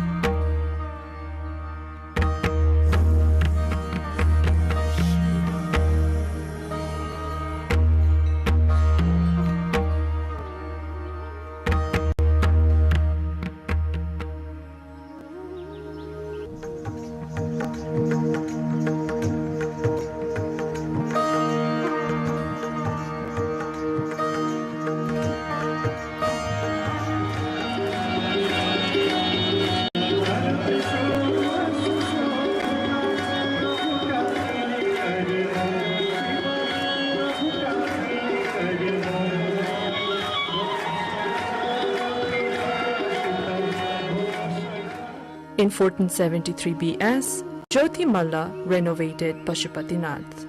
The priest Nityananda initiated the removal of the 3-story structure of Pashupatinath and reduced it to a single story. Queen Ganga, the consort of Shiva Singh, had the Bhasa Bamsawali written, which is still present today.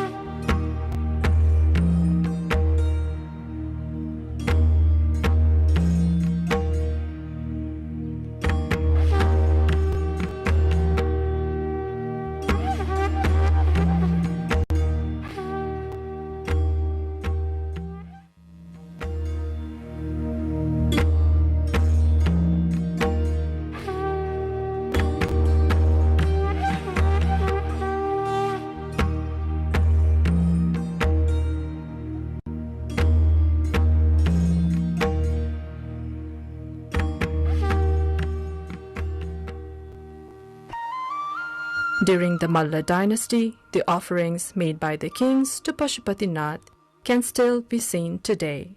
Among these offerings, Lord Shiva at Pashupatinath received a copper roof, and Chhari and Kamal. Finally, King Jai Singh presented a gold-made mekhla, and a grand jatra was conducted.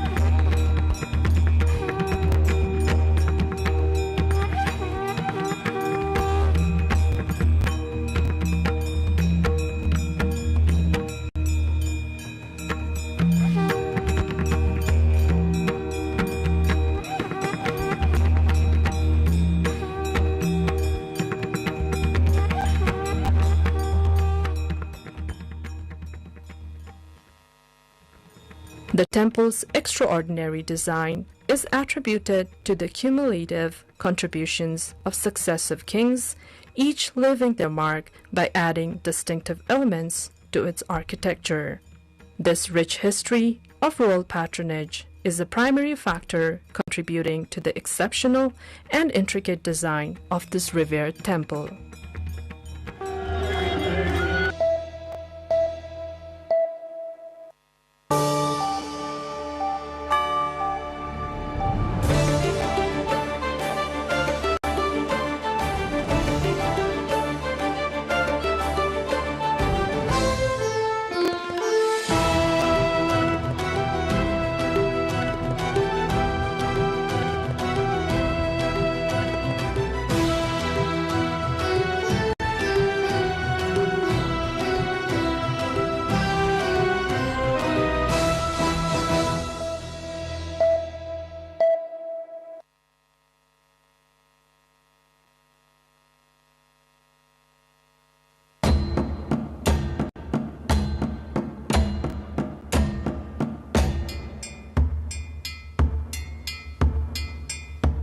The first space is your home.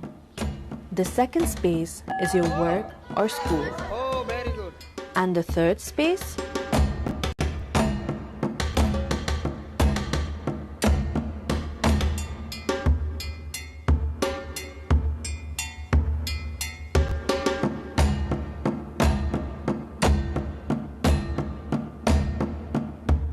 It is a place for your social life to actually unfold. Capital सिटीहरु चाहिँ मान्छेहरु चाहिँ आफ्नो लाइफमा आफ्नो day to day लाइफमा यति धेरै busy भइसकेका हुन्छ कि उनीहरु एकदमै आइसोलेटेड भइसकेका हुन्छन् के सो यसबाट चाहिँ like to get over it अनि एक्सप्लोर गरेर आफूलाई फ्रेश गराउनको लागि हैन त्यसको लागि चाहिँ it's really essential. In many parts of the Western world, third spaces look like cafes, libraries, pubs, and so on. We have those too in Nepal. But historically, we have always done it a little differently. म चाहिँ यो नजिकै बस्ने भएको भएर म यो ठाउँमा अक्सर आइरहन्छु हैन मलाई यो पब्लिक प्लेसहरु सार्वजनिक ठाउँहरु एकदमै मन पर्छ मलाई चाहिँ अनि अब काठमाडौँ आफै पनि साँगुरो छ हैन हामीसँग थोरै मात्रै पब्लिक स्पेसहरु छ त्यसमध्ये बसन्तपुरको यो सार्वजनिक स्थल चाहिँ एकदमै मलाई लाग्छ काठमाडौँ भित्रको क्राउडमा पनि अलिकति रमाइलो गर्नलाई आफ्नो फ्यामिलीसँग टाइम स्पेन्ड गर्नलाई अनि अलिकति फ्रेश भएर बसौं अलिकति हावा खाएर बसौं भन्ने हो भने यो ठाउँ चाहिँ हाम्रो वर्ल्ड हेरिटेजमा भएको साइटहरु हेर्दै हामी मजाले रमाउन सक्छौं गफ गर्न सक्छौं. The term third space comes from sociologist Ray Oldenburg's 1989 book The Great Good Place. He described it as public space outside of your home or work where you can exist socially and build connections. But in Nepal, the idea of a third space has existed for centuries. नेपालको सन्दर्भमा हेर्यो भने पनि हामी 16औं शताब्दीमा मल्ल राजाहरूले चाहिँ यसलाई create गरेको पाउँछौं। तर त्यो भन्दा अगाडि पनि लिच्छवीकालीन हेर्यो भने पनि यो स्पेसहरू चाहिँ क्रिएसन गरेको देखिन्छ। किनभने काठमाडौँ दरबार स्क्वायरमा हेर्यो भने एउटा चाहिँ के छ भने स्पिरिचुअली पनि लिएको छ। त्यहाँ शिव पार्वती मन्दिरहरू छ भने हनुमान ढोका छ, त्यस्तै गरेर नसाल चोक छ दरबारको लागि, त्यस्तै गरिकन कुमारीको पनि त्यही छ। यो जम्मैले हामी के देख्छौँ भने यो थर्ड स्पेस चाहिँ हामी अहिले मात्रै होइन कि परम्परागतदेखि नै पाइन्छ। बिहान पख चाहिँ किसानहरूले ताजा तरकारी ल्याउने पनि भेट्थ्यो। अनि अहिले पनि कुरा छ फ्रेस सब्जीहरू खान्छ भने बिहान यो थर्ड स्पेसमा जाने भन्छ। अहिले पनि हामी हेर्यो भने यो दरबार स्क्वायरको वरिपरि तरकारी के अरे बेच्न बिहान बिहान किसानहरूले ल्याएको हामी पाउँछौँ। यो चाहिँ त्यही भएर यो परम्परागत देखिन्छ। अर्को चाहिँ के छ भने यो इन्टरेक्सन गर्ने ओल्ड एज अथवा रिटायर मान्छे यस्ता मान्छेहरूले पनि त्यो थर्ड स्पेस युज गरेको पाउँछौँ। From temple courtyards to neighborhood chokes to palace squares, our third spaces are woven into the fabric of our history and culture itself. They live on the temple steps. They are sheltered under the shade of the traditional falcha and poured into teacups at hole-in-the-wall tea stalls. कोही कोही साथीहरु मिलेर आउँछ, कोही कोही अब विदेशीहरु पनि आएर चिया खान आउँछ यहाँ। अनि अब कोही अब यसो अब कामसाम सकाएर आरामले चिया खाने हिसाबले आउनेहरु पनि मान्छेहरु आउँछ है। अब बेलुकासम्म काम पसल बन्द गरेर चिया खान आउनेहरु पनि आउँछ तपाईको यहाँ। Beyond these grand palace courtyards, the surrounding traditional neighborhood also have their own junctions, built as a part of the people's local daily lives. दरबार भनेको चाहिँ यो कन्ट्री वाइड भयो त्यतिखेर र नेबरहुड वाइड भन्छ के नेबरहुडमा पनि हामी चोक चोक भेटाउँछौँ। त्यो अनि त्यसलाई पनि के गरेको छ त भन्दाखेरि हायरार्की गरेछ, तहगत छुट्याइएको छ हैन।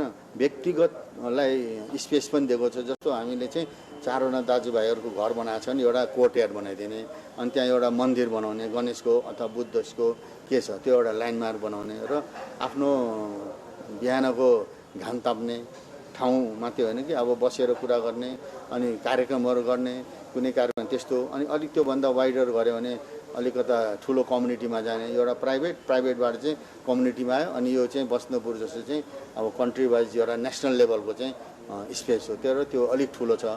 The third space does not have to be something high-tech or carefully curated. It just needs to be accessible enough for people to visit, relax, and connect. Third spaces are where people come together, talk, and feel like a part of something bigger, communal.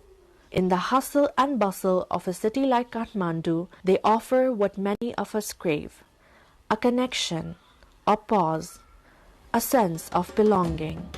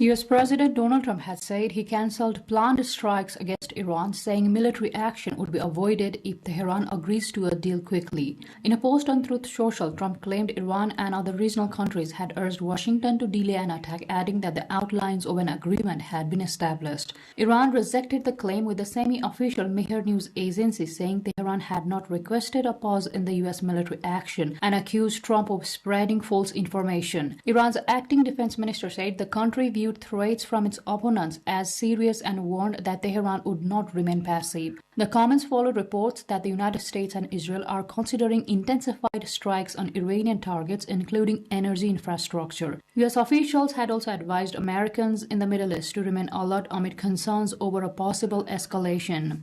Trump said the U.S. military remained prepared for action but argued that avoiding strikes could benefit regional stability and Iran's future. The latest developments come after previous U.S. warnings and diplomatic efforts failed to produce a lasting agreement between Washington and Tehran. A strengthening El Niño weather pattern could reach record levels and intensify the impacts of climate change, United Nations Secretary-General Antonio Guterres has warned. Guterres said the phenomenon is adding further pressure to a planet already facing rising temperatures and extreme weather events. 2 months ago, I warned that El Niño was arriving on our doorstep. Now it is inside the house and turning up the heat. We have already endured the summer of extremes, record-shattering heat domes, apocalyptic wildfires raging in Spain, France, and far beyond. Thousands of lives lost in the scorching conditions. Speaking to the UN, Guterres said El Niño had moved from an approaching threat to an active global climate challenge, increasing the risk of heat waves, droughts, floods, and other climate-related disasters. Global sea surface temperatures with records in June and July. But according to the latest science, this is only a warm-up act. New forecasts released today by the World Meteorological Organization provide a stark picture of the period from August through October. El Niño is strengthening, adding fuel to a planet already on fire. Climate experts are closely monitoring the development of the weather pattern, which can influence global temperatures and weather conditions. The UN chief urged countries to accelerate climate action and strengthen measures to address the growing impacts of global warming. Thousands of migrants who crossed into Spain's North African enclave of Ceuta from Morocco have returned after being escorted back to the border by Spanish security forces, following one of the largest sudden migration surges in recent years. The crossings left at least 72 people dead, with bodies recovered from the sea alongside abandoned flotation devices. The incident has triggered political tensions across Europe, reigniting debate over migration policies and border controls. Spanish Prime Minister Pedro Sánchez criticized European leaders for what he described as a lack of support during the crisis, while Italy's government accused Spain of taking a softer approach to migration. The surge has also raised questions over what triggered the mass arrivals, with officials investigating whether misleading social media campaigns encouraged migrants to travel to Ceuta played a role. European governments have called for stronger measures to prevent irregular migration, while Spain defended its approach, saying the country needs foreign workers due to an aging population. Officials continue to examine the circumstances behind the crossings as concerns grow over the role of misinformation and organized migration networks.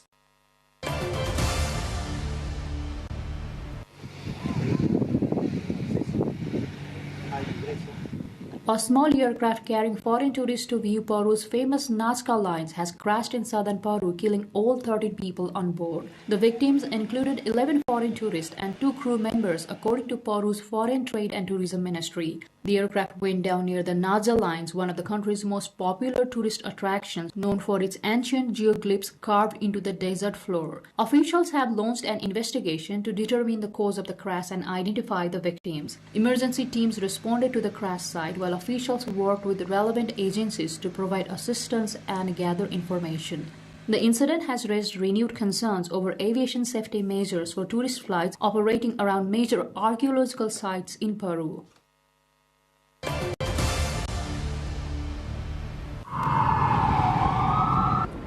A 10-foot-tall golden trophy mocking U.S. President Donald Trump has drawn attention from visitors in New York, where people have gathered to take photos with the artwork. The installation, created by unknown art collective Secret Handshake, presents a satirical award for Trump's alleged enthusiastic involvement in the Iran war. The artwork has sparked reactions from passers-by, including criticism of U.S. policies and the impact of conflict. An Iranian visitor said the piece reflected the need to challenge political decisions through public expression and satire. The installation is part of a broader tradition of political art using public spaces to comment on global events and government actions. Organizers and artists behind the piece have used the sculpture to provoke discussion and encourage debate among viewers.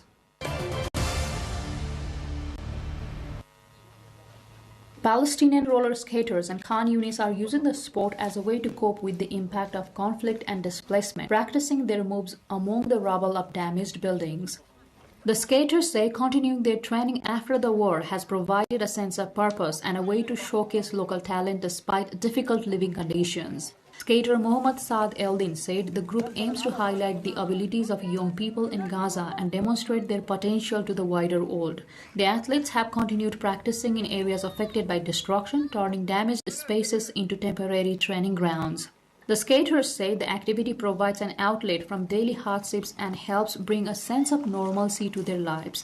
They hope their efforts will draw attention to Gaza's sporting talent and inspire more people to pursue creative and athletic activities despite ongoing challenges.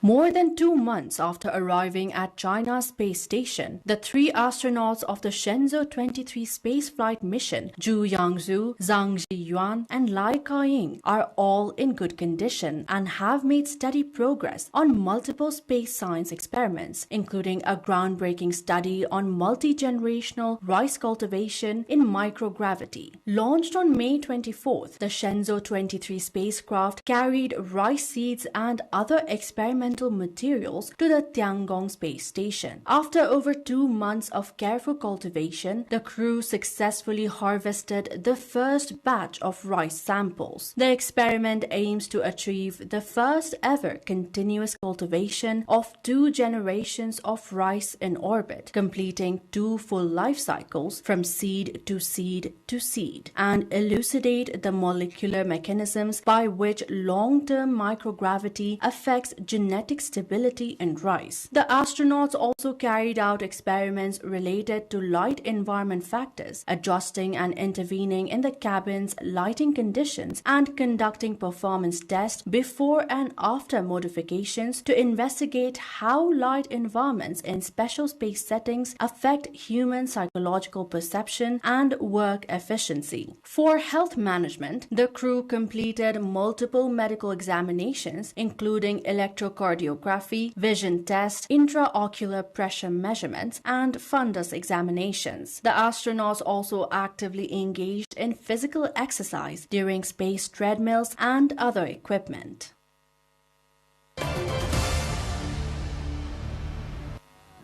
A ballroom dance club in Vietnam's Hanoi is providing seniors with a way to stay active, improve their health, and maintain social connections as more elderly people turn to exercise for physical and mental well-being. The club, which has operated for nearly 20 years, brings together more than 30 members who gather regularly to practice dance routines in a local green space. Members say ballroom dancing helps improve memory, maintain flexibility, and create a sense of purpose in their daily lives. A 75-year-old member said learning new movements keeps the mind active and motivates seniors to continue developing new skills. The club has also become a community space where elderly members build friendships and reduce feelings of isolation. Another member said dancing supports both physical fitness and emotional well-being by providing companionship. The club head says the group continues to welcome new members and has expanded connections with other dance clubs across Vietnam through exchange programs and performances. The club's members say the activity reflects a growing trend of seniors seeking healthier and more engaged lifestyles in later years.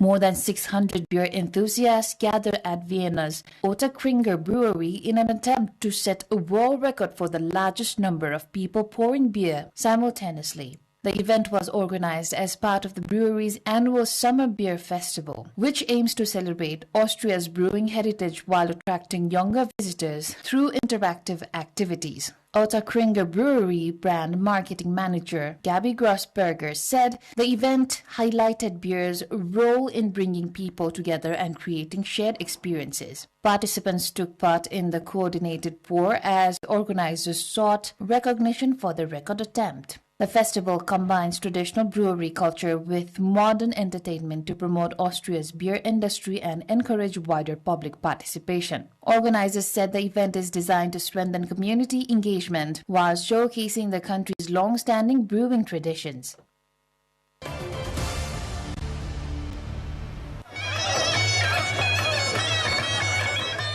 Hundreds of people have gathered in central Yerevan for a monthly traditional Armenian dance event aimed at promoting the country's cultural heritage and bringing folk traditions closer to the public. Held on the last Friday of every month near a landmark in the city, the event features dancers performing traditional routines and encouraging community participation. Dance teacher Gayan Davtyan said the gatherings help preserve Armenian identity and keep cultural traditions alive among younger generations. She described the event as a way to maintain a strong connection to the country's heritage and national values. Performers said the initiative seeks to spread Armenian culture and move folk dance beyond formal stages by making it accessible to ordinary people. Organizers say the monthly gatherings continue to attract residents and visitors, creating a shared space for cultural expression and community engagement. The event has become a regular cultural attraction in Yerevan, allowing participants of all ages to take part in traditional dances. Organizers say the initiative reflects growing efforts to preserve and promote Armenia's folk traditions through public participation.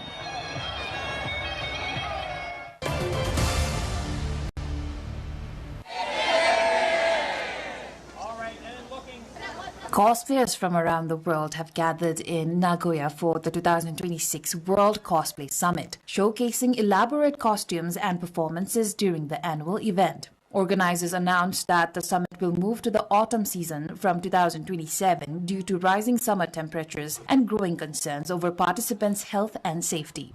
The decision comes as extreme heat conditions became an increasing challenge for outdoor events in Japan. The schedule change aims to provide a safer environment for performers and visitors while ensuring the event can continue attracting international participants. The seasonal shift is expected to help improve conditions for participants while supporting the long-term growth of the global cosplay community. The World Cosplay Summit brings together cosplay enthusiasts from various countries and has become one of Japan's major cultural events, celebrating creativity, entertainment, and global fan communities.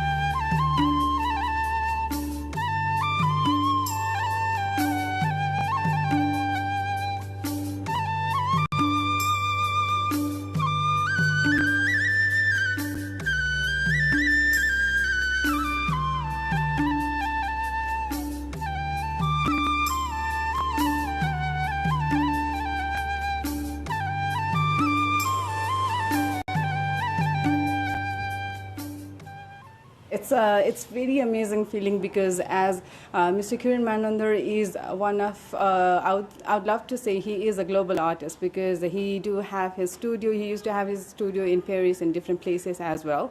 And we are really lucky to have his studio here in Kathmandu Art House as well. And we have his studio upstairs where he come and create the things like create the paintings. And with his paintings, we feel very inspired and energetic. His painting is mostly spiritual and energetic too, as he take his painting as the part of his life and also a spiritual value to his painting.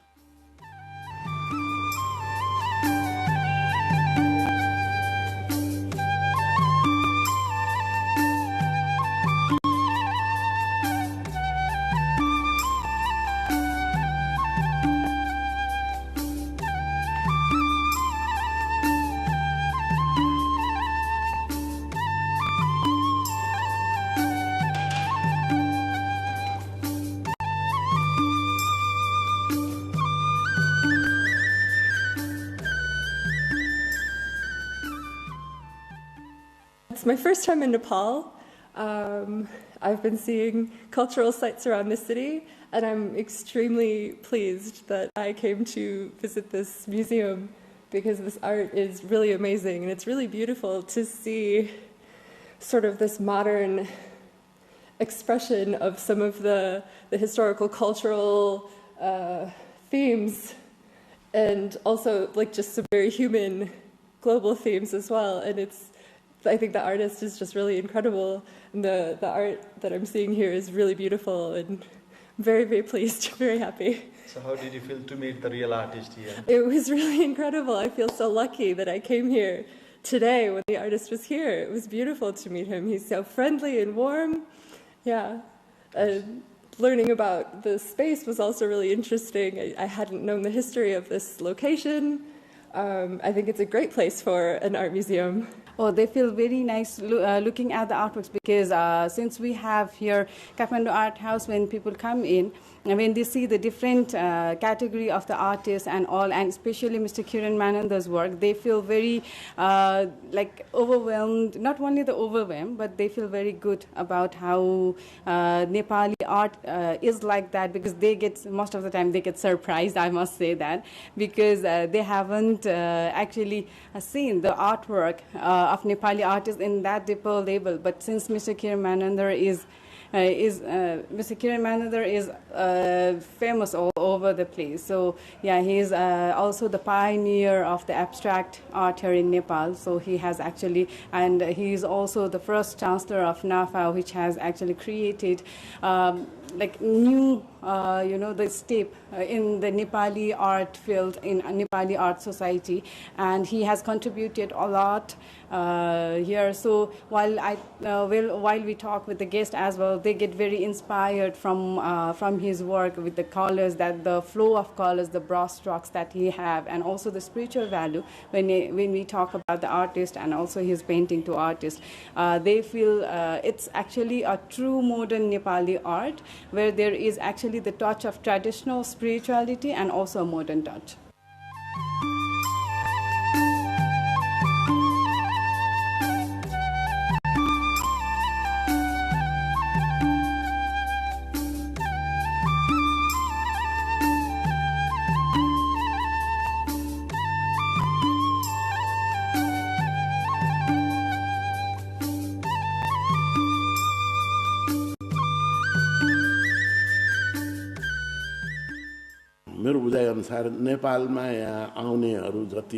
My primary interest for people coming to Nepal like me, if I had a color problem, I would have gone to a small or big trekking earlier, looking at those small streams, the originality of those colors. And I would look at these old broken palaces or houses, these bamboos. Now, like I learned a lot in Balajo, and this color is still dyed with kaya. This original color is not ours, right?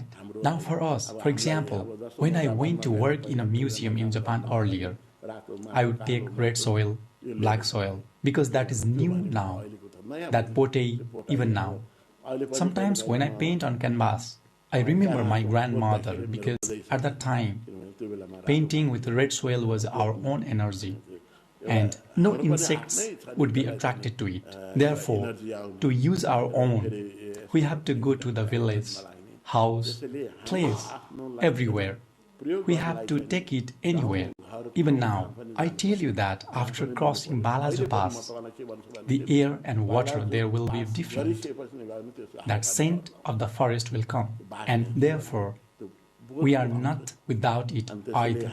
To develop this, such museums are needed. Artists who include everyone like this are needed. Now it is very good. I would say that even now, the time is such that foreign artists should come to Nepal to learn. There is a scent of art here now. We were scared by the lakhe. My maternal uncle sent us. My maternal uncle is from West Nuwakot. And so the lakhe had come. I asked why, and he said it was to roam around so high. And it looked red, and it was strong like you and me. And that's why, with that imagination, I had never met him. I used to play the instrument when I was a child, but in that imagination, scary and then walking. Our current Newari custom is that if some boys walk around a lot, they are said to be likely lakhe. It came out of that imagination. Kiran Manandar sir is a very fascinating person. I first met him in 2021. So in that time and till today, I kind of got a sense of his spiritual aspect a lot. Even though his artworks are abstract, you can identify each element. So in Kiran Manandar's paintings, even though it is an abstract art, each of us can identify ourselves. For example, in feminine beauty, we can identify a beautiful woman. In divine love, we can identify divine aspects of love. For example, Radha Krishna, Shiva Parvati, Vishnu and Lakshmi even.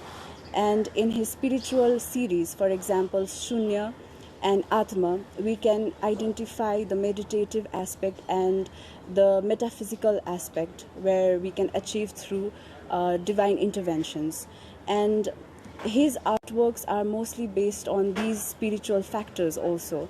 And you can identify other materials. For example, he uses not only pen and ink, he uses materials like different clothes, which is written in Ranjana script. So there is Namo Tassa Bhagavato written in Ranjana script, and with that you can also see Kiran Manandar written in the same script. So that is basically his traditional root taking over in his abstract forms.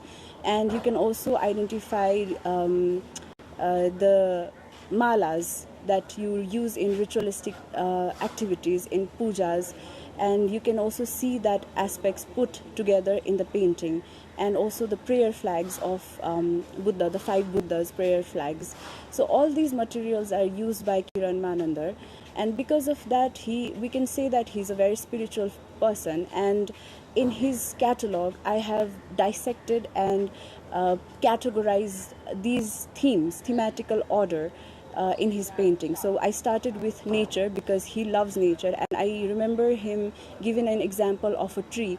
So from afar we can only see a tree, but if you look closer and you can see the branches, the leaves, the fruits, the roots and everything. So his paintings are also layered like that, you know, the colors and bold strokes, like it's a palette knife that he uses, and that has a lot of strokes, lines, and even though it looks harsh when we look at it, but you can then deepen your thoughts and process, and you can see the color combinations and the beauty of the chaos that he creates in his paintings.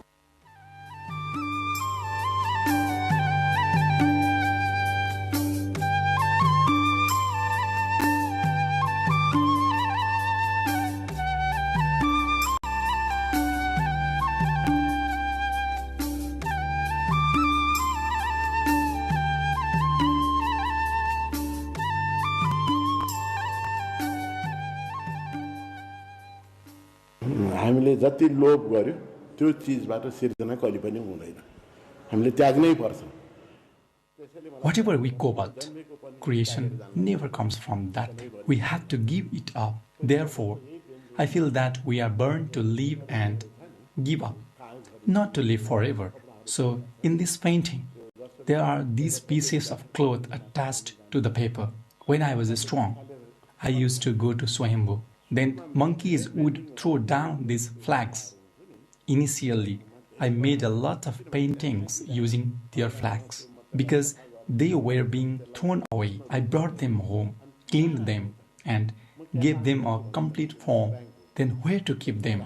I call the canvas my bank, so I keep it there. No one would take what was on the ground. But after putting it here, people covet it. They buy it. In this way, everything is to be given up. Even when painting and applying colors, it's the same. It's not meant to be kept forever, but to be given up. What is there to take? Therefore, the most important thing is whether you are painting or doing any other work. You should do it with a pure heart and then leave it behind. Nothing is to be taken away.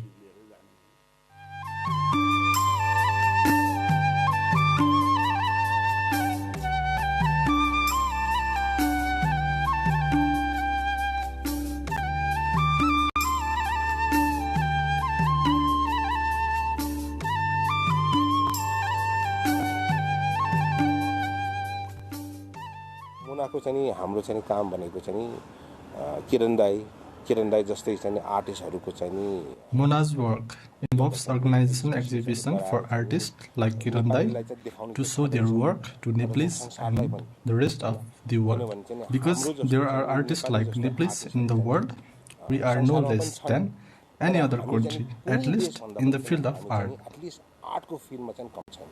Main reason why I open the Museum of Nepali Art, which is Mona in short form, is to platform living Nepali artists. That this is actually the first private museum in Nepal. And even after 1,000 years, but as long as there is humanity, as long as there is Nepal, as long as there is Nepal and art, we will be part of Kiran Dai. We need to ask questions. We need to ask questions to ourselves, not to anybody else. And that is the main purpose of art.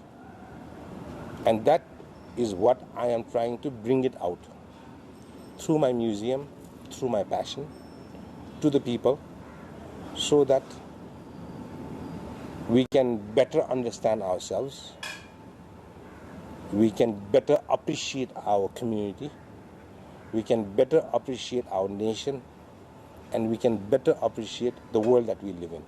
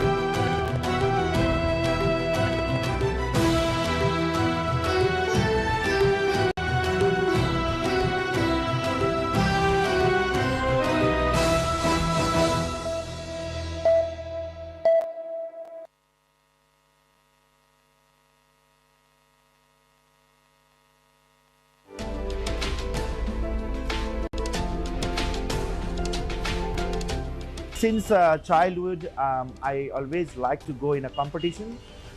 Even I was in a high school, I done many competition in athletics or other things, and then I end up with MasterChef.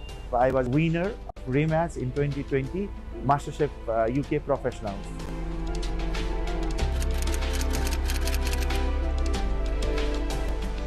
My all-time favorite, and I think all Nepali favorite, is goat curry and rice, mashu bhat. I'm from Karjanaha village, district Siraha.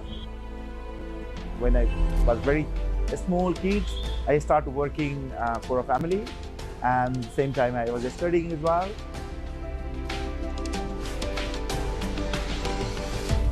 When I was 5 years old, my father passed away. When I was very young age, for us, food was survival food. Till SLC, I was in village, and then I went to India for work purpose, and then I started working in a 5-star hotel as a kitchen porter. Then I find my passion about the cooking, because I was seeing the chef, very nice, tidy, white jacket with a white hat, and then I decided I want to disguise, and I became a chef in a few months, and then working almost 7 years, and then I continue my study as well, and after 7 years I become executive chef in a 5-star hotel. In a MasterChef, I was cooking only Nepali food and introducing Nepali food, Nepali spices and Nepali technique, because Nepali food was never discovered to the world, and Nepal have a very good potential. The people never expected gundruk to be like this, and even wachipa, pite, burning feathers, chicken feathers, and marinating in chicken and cooking with rice. Also, padam chal, that's a Himalayan rhubarb. This kind of things I cook in the MasterChef. I have also written a book called Ayla, A-Y-L-A, Ayla book. That's a recipe cookbook. During the MasterChef, I started Nepali cuisine. Before, I was working in a Michelin star, French Michelin star, Indian Michelin star restaurant. That was not my Nepali cuisine, was not my cuisine. But now I can say proudly, Nepali cuisine is my cuisine. Still, I am promoting Nepali food, ethnic cuisine, cultural cuisine. Like if you see, we are in a Mithila Thali fish house.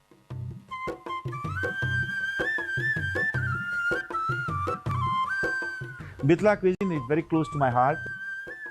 That reflects Tarai region food to the world, and this food was never promoted as well. And opening a Mithila restaurant and promoting Mithila cuisine.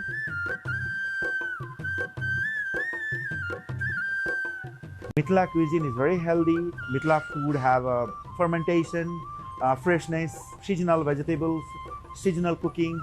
So lots of things came into Mithila cuisine. So I think world should know about this cuisine. I really want to serve Nepal via food. This is the third year I'm doing Nepali cuisine restaurant in Nepal, and almost 200 people working for me. If you want to be a chef, if you are confused to decide, I think this is the right time to do it. And if you are studying in abroad, I think Nepal have a very good potential for the business in a hospitality industry, because Nepal is a tourism-based country, and tourism always need a good hospitality, good restaurant, good food, and good hotel. Now I'm dreaming with the open eyes. I want a Michelin star chef with Nepali food.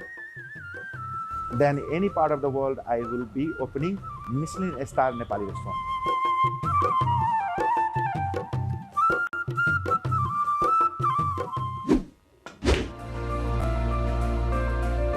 I came from Biratnagar, and am at a global stage on data and AI and finance.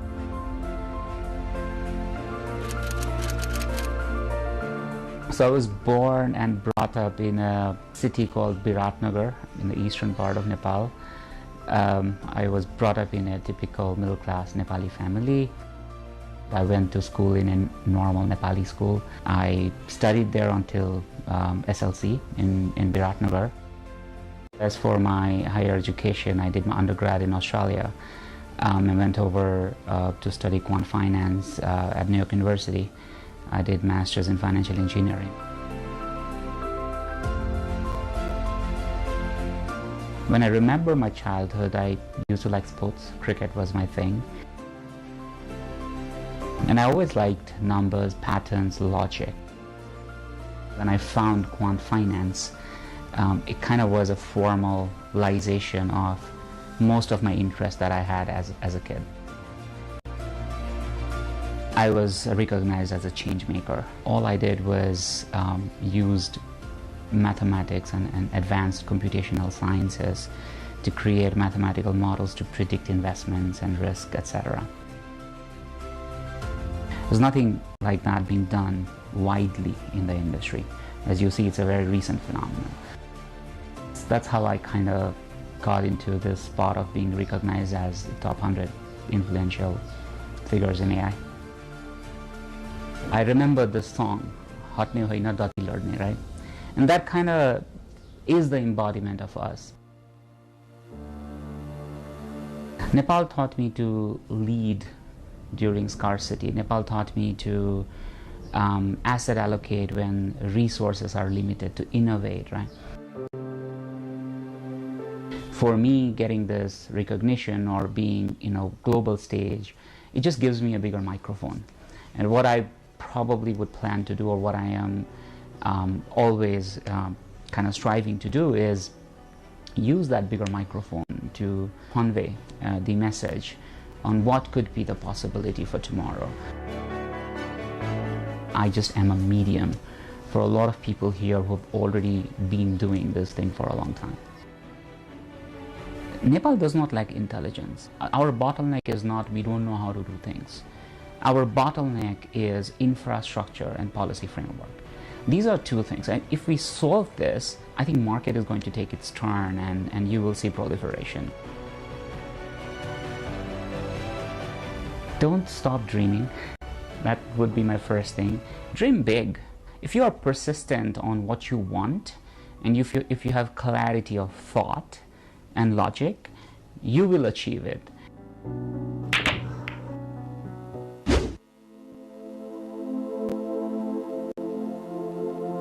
I think like any other young people, usually in Nepal, the jobs were the primary intention of many youth coming out of education system. So even my family and my friends, they thought that I'm going to take a job.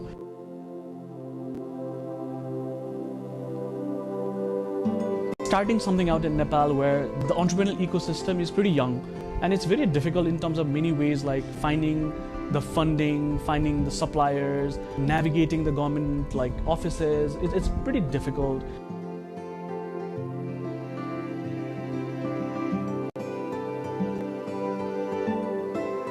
And I think one of the most difficult things was to try to do something that no one has ever done before. So running an education organization that does research and also does manufacturing, so there was a lot of learning curve and a lot of failures in the path.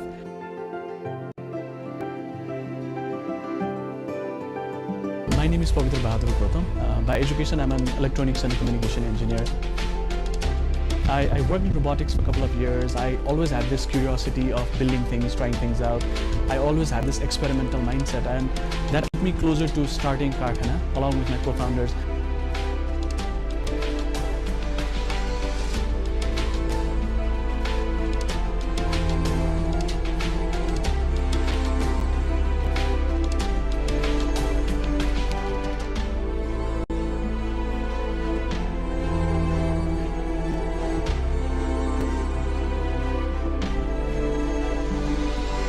So Karkhana acts as multiple entities and ideas at the same time.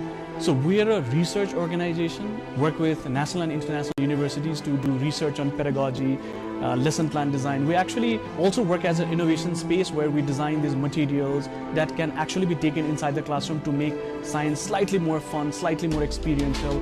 But we also act as a manufacturing space where we manufacture these materials and make sure these materials reach into the classroom.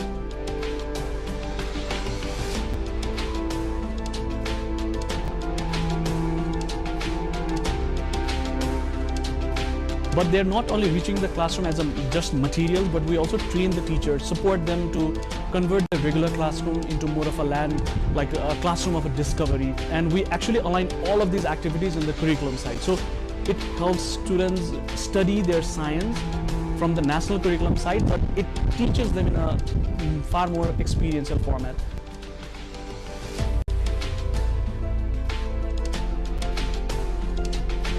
We started Karkhana as a maker space, as an innovation center, but slowly we realized that it's not the space that's required for innovation, but it's the mindset that's required for innovation. And we actually wanted to work on building the culture of experimentation in Nepal.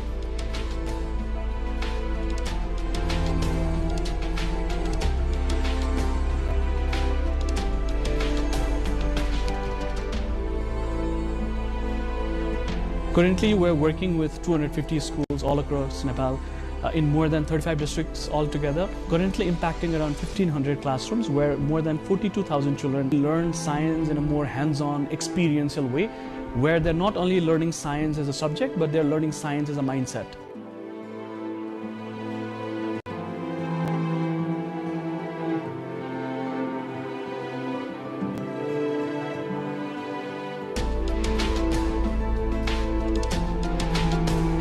So we usually find chemistry to be one of the most difficult subjects, right? So for example, when we're studying in school, so we have learned about atoms and how atoms are formed. We know that neutron, proton are in the center, the electrons are in the circle, like they are in orbits. So we actually give students this kind of model where they actually form atomic models. And they can actually form hydrogen, helium, lithium, iron. So they can form different atoms, but not only that, they can also understand how 3D structures of these atoms are like maintained. So they can actually build these things out in the classroom, and they can actually compare these models with each other, and it's a lot of fun.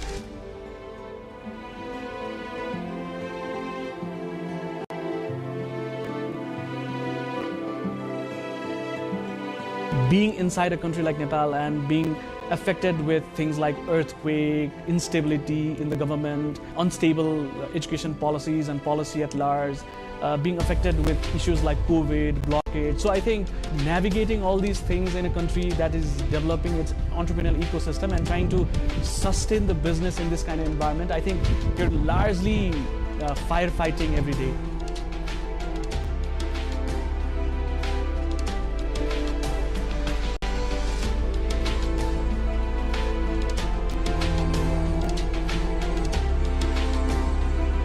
I hope to take this idea beyond Nepal as well over the course of the years. I think it's very viable in places in South Asia because we share a very similar socio-economic conditions where the science is still taught as a history lesson, as a subject that is needed to be learned to get done with the exam. So I think I want to challenge that idea that science is just a subject, but it's more of a mindset, it's a lifestyle, and when you adopt that kind of scientific thinking in your life, I think the life gets much experimental.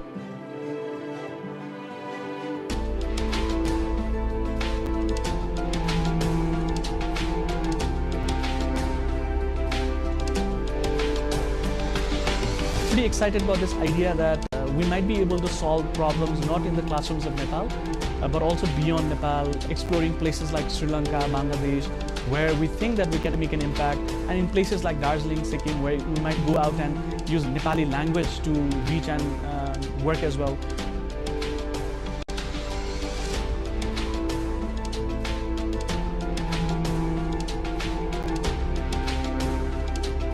Education is a very old process. Being progressive also does not mean being anti-traditional. So trying to blend what has worked in the past, but also trying to integrate what is there in the future.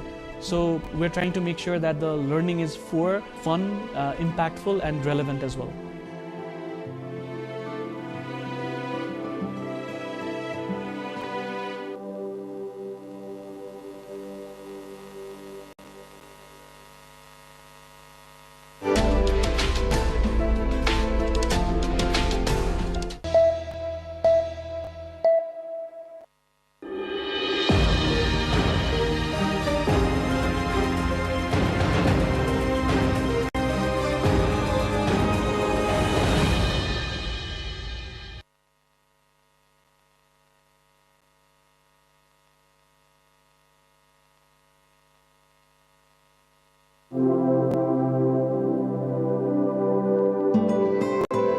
trimmed mustache, mirrored shades, and an unmistakable smile, Tenzing Norgay Sherpa climbs a steep hill in Khumbu. It's May 1991. After 38 years, he's returning to meet his old climbing partner, Sir Edmund Hillary, the man with whom he first stood atop the world. Good to see you. My God. Well, yeah.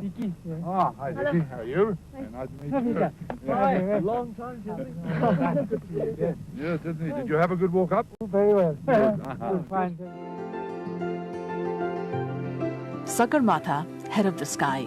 Chomolungma, the mother goddess of the world, or simply Mount Everest. A mountain with many names, yet for generations it meant only one thing, the impossible. Since the 1920s, climbers from around the world had tried to conquer it. Many never returned. Avalanches, storms, frostbite, the mountain refused them all. Then on 29 May 1953, Edmund Hillary of New Zealand and Tenzing Norgay Sherpa of Nepal stood together on top of the world. The world woke up to the headline, Everest is conquered. This is the BBC Home Service. Here is the news. Mount Everest has been conquered by members of the British expedition. The news reached London in a message to the Times. It said that Mr. E.P. Hillary, a New Zealander, and Tenzing Bhutia, a Sherpa, had reached the summit last Friday, May 29th.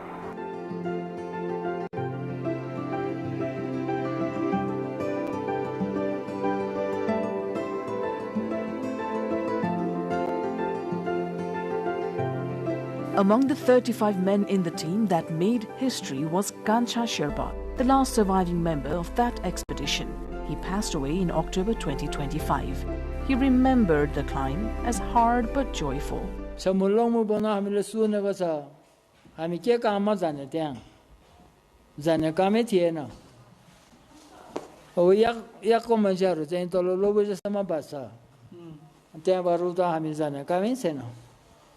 अनि तेन्जिङहरु त हेरेर आएर बो माथि नि Everest हामीले थाहा पायो नभए हाम्रो गाउँै बा पनि हामीले के जाने कामै छैन गाह्रो भयो मलाई गाह्रो त के जानु नस्याङ्ने के अब कहिले पनि त्यस्तो काम गरेको छैन त पनि त बारे बोकेर त खरबासमा जानु पर्यो यहाँ हातमा डोरहरु समाउनु पर्यो यहाँ आइसँग समाउनु पर्यो यहाँ बारे थुप्रो बोकेर जानु पर्यो अनि त साङ्गुमा जानु पर्यो अनि माथि जुलरेर जानु पर्यो अनि गाह्रो त एकदम गाह्रो छ तर यस्तो काम पाएर धेरै खुसी भयो नि Hillary loved Khumbu and Khumbu loved Hillary.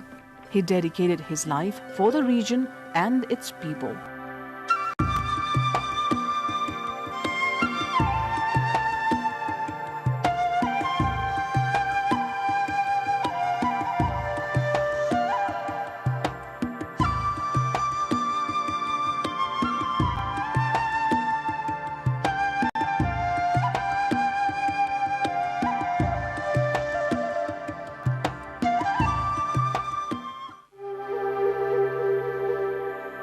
In the decades that followed, Everest became a symbol of determination, not just for men, but for everyone who dared to dream.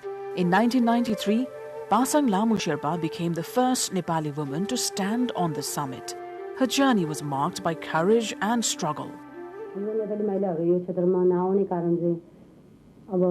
पैसा हुनु पर्यो यसमा आफूले लगानी गरेर खर्च गर्नु पर्यो रोयल्टी तिर्नु पर्यो अब आफूले सँगै लाने गुरुबहरुलाई चाहिँ खानाहरु हुनु पर्यो लुगाहरु किन्नको पैसाहरु हुनु पर्यो त्यसकारणले चाहिँ यो पैसाले नै पैसाकै समस्याले गर्दाखेरि पनि अगाडि बढ्न नसकेको हो तर यहाँ एउटा ट्रेनिङको महिलाहरुलाई चाहिँ यो माउन्टेन एरिया क्षेत्रमा एउटा ट्रेनिङको व्यवस्था बन्दोबस्त पनि त्यति साह्रो राम्रो छैन. For some, the climb is a personal test. For others, it's a way to uplift an entire nation.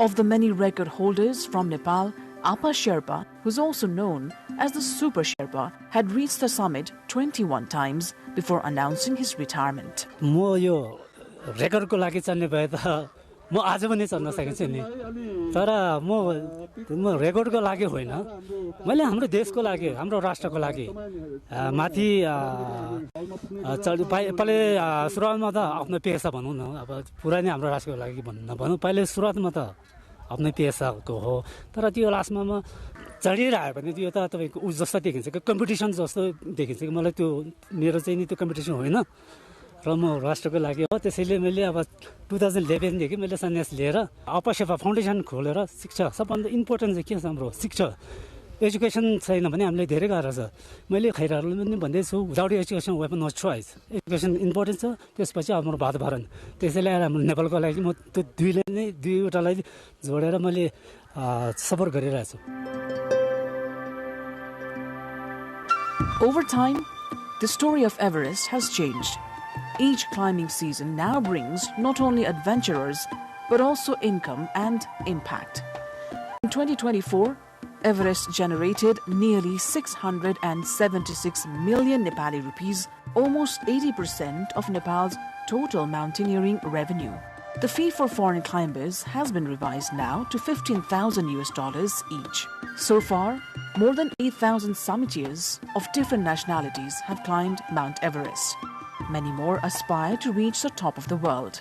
To ease the pressure on Everest and promote other regions, the government of Nepal has opened 97 peaks that range from 5,970 meters to 7,123. One can climb these mountains in the Western Karnali and Sudur Pashchim provinces without having to pay royalties. As voices increase for the need of having summited at least one mountain over 7,000 meters in the country before bidding for the Everest, these 97 peaks are likely to be training ground for summiteers. With success, Everest has also seen a heavy burden. In 2023 alone, more than 75 tons of waste were collected from the Everest region. This included plastic, metal, oxygen bottles, and even human waste.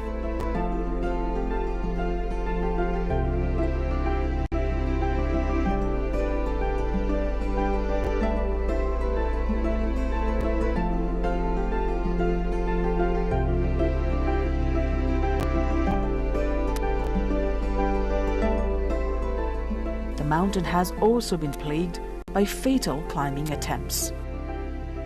यसपालिको भन्दाखेरि त अब last इयरको पनि मरेको लासहरू अझै पनि छन् माथि बाटोमै पनि त्यो लासहरू देखे हामीले यो 8,300-400 मिटरमा बाल्कुनीमा त्यो लासहरू पनि अझै भइरहेको छ र फोहोरहरू पनि सजकल पनि टन्नै फोहोरहरू छ पहिला हामीले अब शहरमा त अरू सङ्घले पनि 2011 मा सफा त गर्यो त्यत्रो फोहोर ल्याए 10 टन फोहोर पनि धेरै नै ल्याएको त्यतिखेर त्यति ल्याउँदा पनि अझै फोहोरहरू चाहिँ एकदमै छ भनौँ न टाइममा अब राज्यले चाहिँ किन त्यसलाई चाहिँ अलिकति व्यवस्थापन के अब कुन हिसाबले हुन्छ त्यो फोहोरलाई अलिकति तल ल्याएर अलिकति सफा गर्यो भने एभरेस्टको लागि अलिकति विदेशीहरुको लागि अलि राम्रो होला कि भन्ने चाहिँ हामीलाई लागेको छ. Sagarmatha has taught the world to dream higher, but now she asks us to care deeper. The greatest climb perhaps isn't upward, but inward.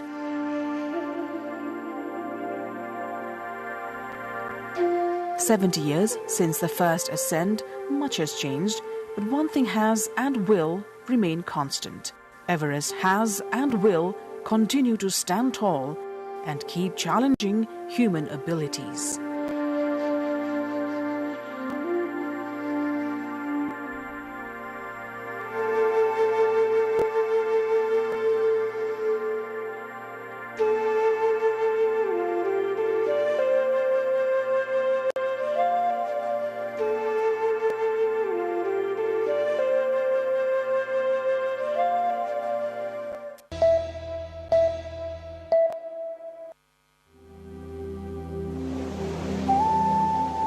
In the natural splendor, the silver-like peaks or the Himalayas glisten.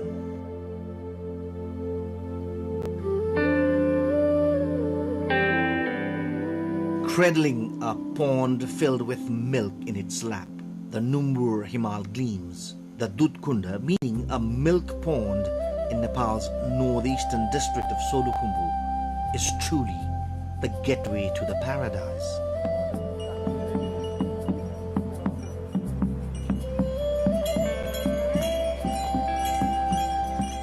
The Numbur, Katang and Karyalung mountains seem to smile at all times. Adorned with a garland of colorful flowers, the Dudh Kunda is overflowing as if filled with milk.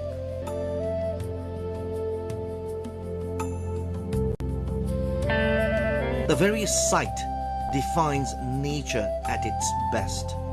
Feels as if the Numbur mountain is giving motherly affection, holding the lake in its lap. The beauty is so serene and virgin that one fears not to stain it by touching. Indeed, Dudh Kunda is nature at its purest form.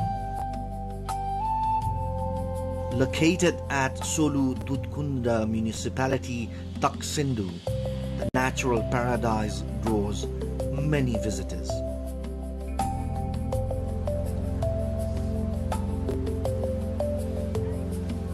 No matter how many words are spent describing it, they all feel inadequate upon reaching there. The name itself is fulfilling and equally sacred. हजारौं नरनारीहरू चाहिँ तीर्थयात्रीहरू दुधकुण्डमा जानुभएको छ। म पनि पुगेर आएँ।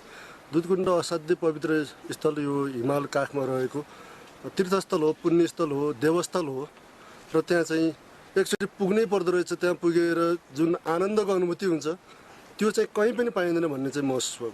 आनन्द लाग्यो, भएन मस्त लाग्यो। अनि यो ठाउँमा चाहिँ आएर तपस्या गरेर बस्नु जस्तो लाग्यो मलाई।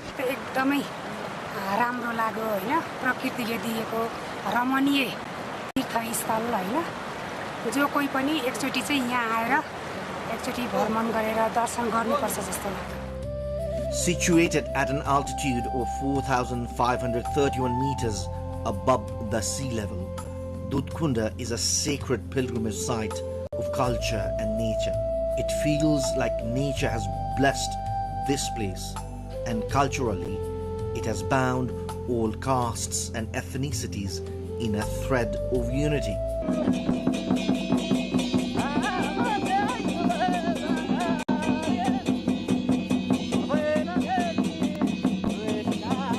There are various legends and sayings about Dudh Kunda. One argument is that the pond was formed during the creation of the Himalayas and was discovered by local sheep and yak herders. According to another legend, in ancient times, a yak would go to a stone where the pond is located and offer its milk every day. Later, the place was found to be a pond filled with milk, leading to its name, Dudh Kunda. This has also led to the belief that gods and goddesses reside here. There are 3 different routes to reach Dudh Kunda.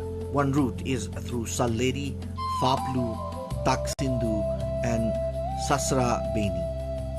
Another route goes via Lukla, the gateway to the Everest, through Nunthala, Taksindu and Sahasra Beni. Nature has truly blessed the Solu Dudh Kunda municipality.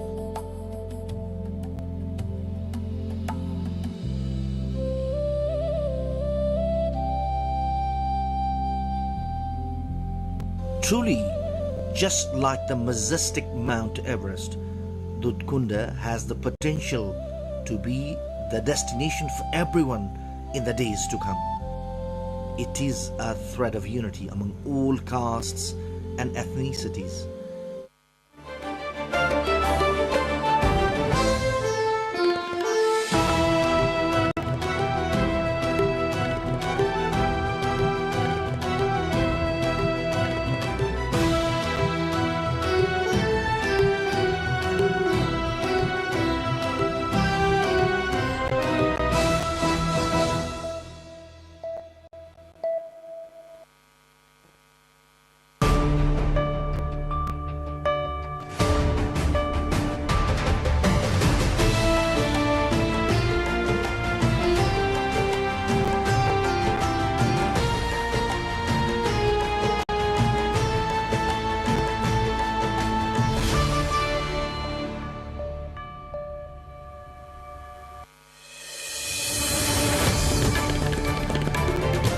Caution urged as active monsoon triggers floods and landslides across Nepal.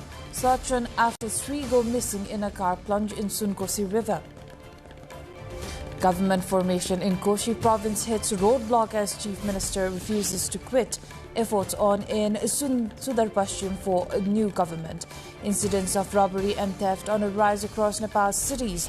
Police says intensify crackdown as public urged to stay alert. Iran says negotiations ongoing with Oman over Strait of Hormuz access, however denies Trump's claim of new talks. Japan and the US confirmed joint yen buying intervention, move to stabilize yen and Japanese bond markets. And pressure mounts on Infantino as English FA set to withdraw backing. Opposition grows across football bodies over FIFA chiefs' plans. Hello there, I am Ipilagi Singh Lama, coming to you live from Kathmandu at 2200 hours. And this is NTV World News Hour. Now the news in detail. Heavy monsoon rains have triggered landslides and floods across Nepal, affecting several regions and disrupting road connectivity. The Department of Hydrology and Meteorology has forecast heavy to very heavy rainfall in parts of Lumbini, Karnali, Kosi, Bagmati and Gandaki provinces over the next 3 days. Authorities have warned of possible flash floods in rivers and streams and urged people in vulnerable areas to remain alert. Meanwhile, at least 9 major highways and road sections have been affected, with some completely blocked and others facing travel restrictions. Authorities have advised travelers to check road conditions and take precautions amid increasing risks of landslides, floods and road erosion.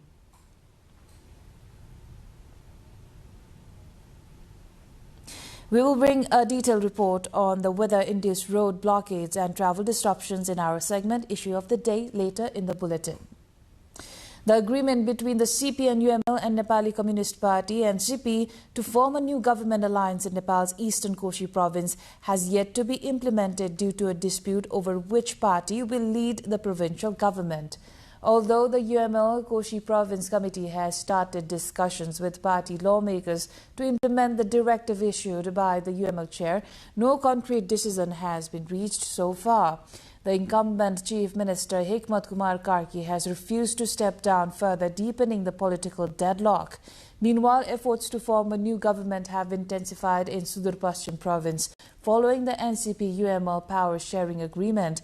With the UML withdrawing support, Nepali Congress leader Kamal Bahadur Shah is currently leading a minority government as parties work to finalize a new political arrangement. Theft and robbery incidents are rising in Kathmandu, with criminals targeting crowded areas, homes and public spaces. Police data shows 1,029 theft and robbery cases were registered in fiscal year 2025-26, with 1,479 suspects arrested. Authorities say organized groups are increasingly involved and have intensified patrols, surveillance and investigations. Police have urged citizens to stay alert, secure valuables and report suspicious activities. We will delve deeper into this issue in our segment Issue of the Day, while we shall have in-depth coverage on weather-induced travel disruptions later in the bulletin. Iran says it is negotiating with Oman to reach an understanding over a temporary route through the Strait of Hormuz to allow commercial shipping to resume. Foreign Ministry spokesperson Ismail Bakai's statement came after U.S. President Donald Trump said new talks on ending the war in Iran would begin on Monday and that he had called off massive strikes on the country for the purpose. In its response, Iran said it was not negotiating with the U.S. and had no plans to do so. Tehran has repeatedly closed off the strait since the U.S. and Israel started attacks on the country in February. In other news, Japan and the United States conducted coordinated yen buying intervention and will not hesitate to take further action, Japan's finance ministry said on Monday, confirming a rare bilateral action to halt the yen slide to fresh 40-year lows. The joint intervention was the first since 2011's coordinated action to weaken the yen following the devastating earthquake in eastern Japan. Central bank data indicated on Monday that Japan may have spent as much as $36.58 billion buying yen during Friday's joint intervention. U.S. President Donald Trump said on Sunday the United States was helping Japan prop up the yen as a sign of friendship and to help the world economy.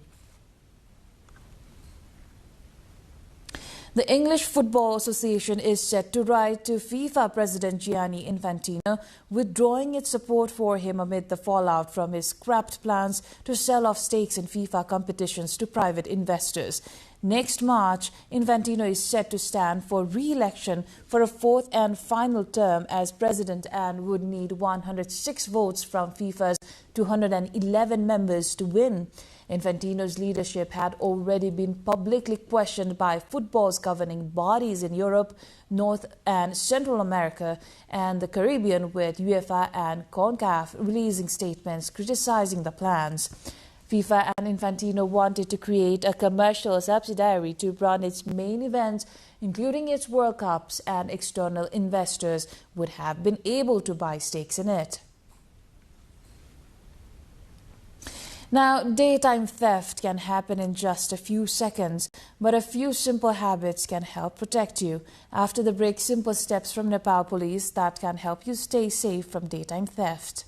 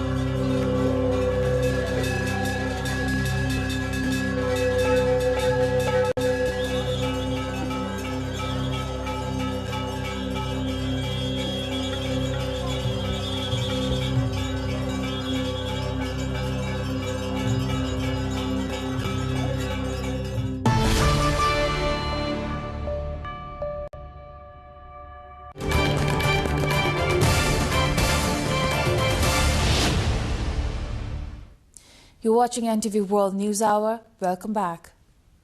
With rapid urbanization, some groups have become active in theft, burglary and robbery by taking advantage of the increasing crowds in Kathmandu. From house break-ins, targeting empty homes to street robberies, such incidents have raised security concerns amongst citizens. Police have warned that criminal groups may take advantage of even a moment of carelessness and snatch cash or valuables within seconds. Pramila Bhandari along with Diksha Wasti brings more. The District Police Range Kathmandu has urged the public to avoid displaying expensive jewelry, remain more vigilant in crowded areas following a noticeable rise in theft and robbery incidents in recent times. Police data also indicates an upward trend in theft and robbery cases. In the fiscal year 2025-26, a total of 1,029 theft and robbery cases were registered, leading to the arrest of 1,479 individuals involved in such crimes. In previous fiscal year 2025-26, 912 theft cases were recorded, indicating a significant increase in such criminal activities within a year. According to police, criminals are no longer limited to committing secretive thefts, but are increasingly involved in open robberies in public places. Investigations have shown that organized groups are more frequently involved in such crimes.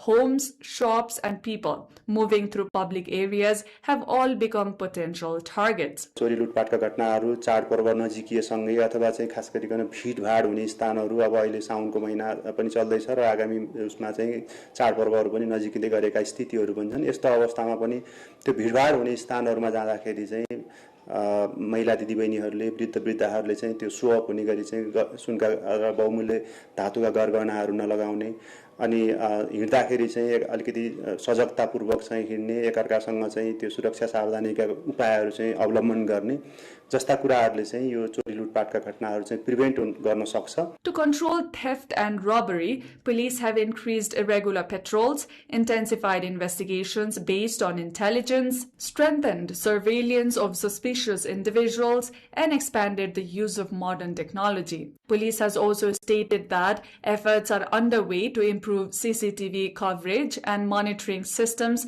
in crowded public areas of Kathmandu. अपराधिक क्रियाकलाप अथवा चाहिँ चोरी लुटपाटमा लाग्ने समूहहरू, ती व्यक्तिहरूको चाहिँ पहिचान गर्ने, प्रोफाइलिङ गर्ने र त्यो प्रोफाइलिङ सँगसँगै उनीहरूको चाहिँ निगरानी बढाउने, उनीहरू चाहिँ कारागारबाट छुटेर आइसकेपछि समाजमा फेरि के क्रियाकलाप गतिविधिमा संलग्न छन् भन्ने खालको कुराहरू पनि हामीले हेर्ने गर्दछौं. Authorities meanwhile have urged citizens to strengthen home security, remain alert to unfamiliar individuals, keep valuables safely stored, and immediately inform police about any suspicious activities.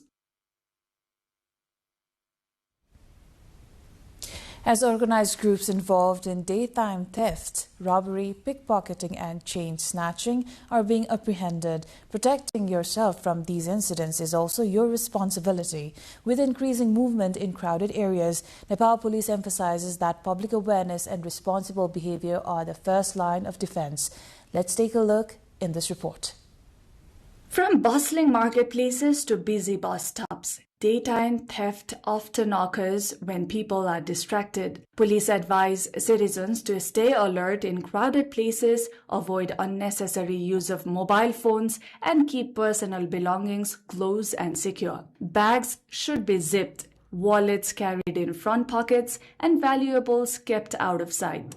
Chain snatching and pickpocketing remain common in congested streets. Authorities recommend limiting the display of jewelry or expensive gadgets in public. Simple precautions, they say, can prevent opportunistic crimes. Suspicious behavior should never be ignored. If someone is following, bumping, or attempting to distract, citizens are urged to report immediately. Walking on well-lit, busy streets and avoiding isolated shortcuts are also key safety measures.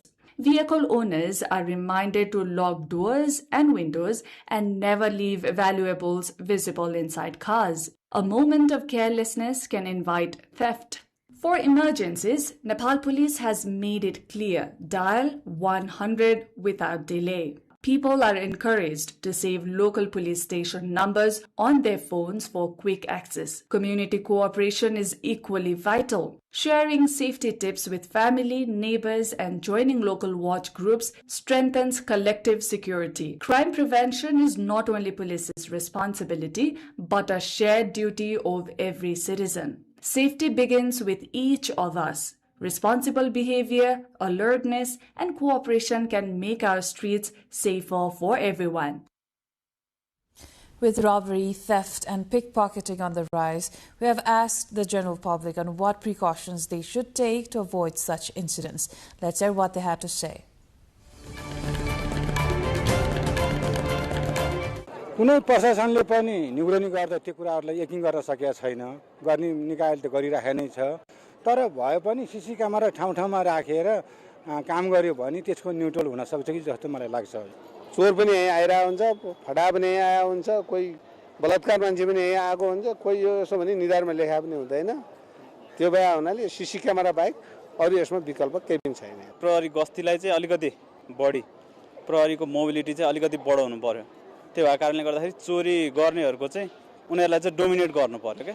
ब्यागमै save हुन्छ नि त, त्यही भएर आफ्नो save आफैले गर्नुपर्छ। त्यही भएर अब सबैले आफ्नो आफ्नो गर्नु पर्यो हैन। आफ्नो सेभ आफै गर्दा राम्रो हुन्छ मलाई जहाँसम्म लाग्छ।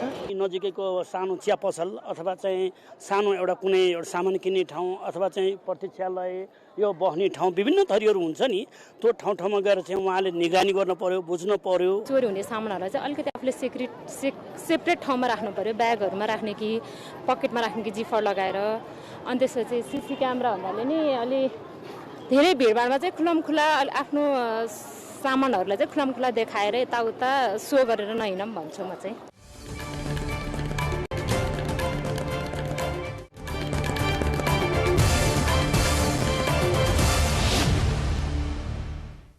That was the issue of the day. Now moving on, heavy rain continues to trigger landslides and disrupt travel across parts of Nepal. After the break, the latest on the damage, road closures and rescue efforts.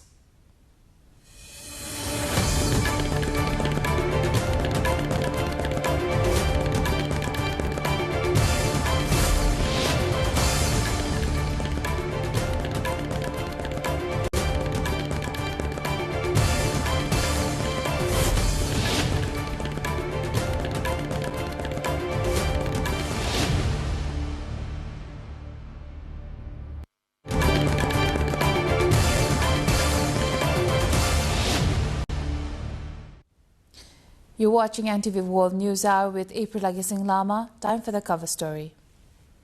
Continuous rainfall triggered landslides in central and western Nepal today, destroying a 5-story concrete house in Gorkha and blocking the Beni Jomsam section of the Kali Gandaki corridor in Myagdi district. In Gorkha Municipality 9, the house of local resident Man Singh Gurung was swept away from its foundation, injuring a 58-year-old tenant, Tokhan Mahato of Rohtahad, who was rescued and taken to Gorkha Provincial Hospital with abdominal and leg injuries.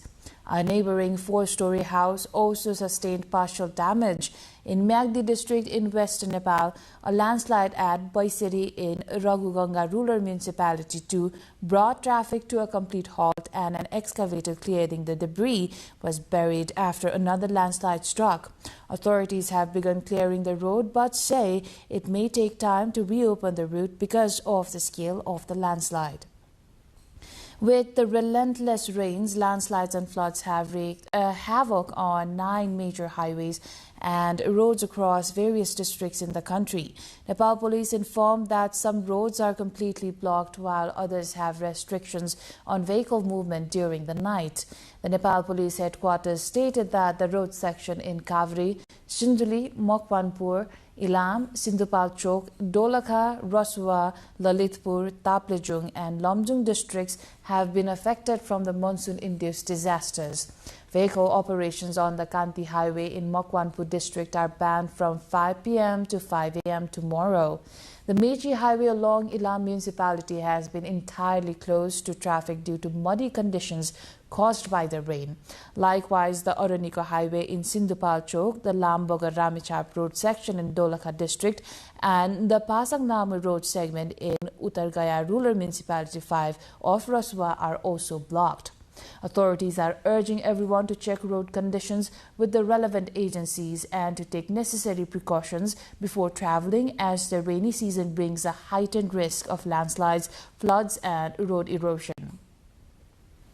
BP Highway, built with the assistance of the Japanese government, still is the most popular alternative route to and from federal capital, Kathmandu. Since the flash floods of 2024, travel along the Kavri section of the highway has become extremely dangerous, not only difficult, especially in rainy seasons. Here's a report.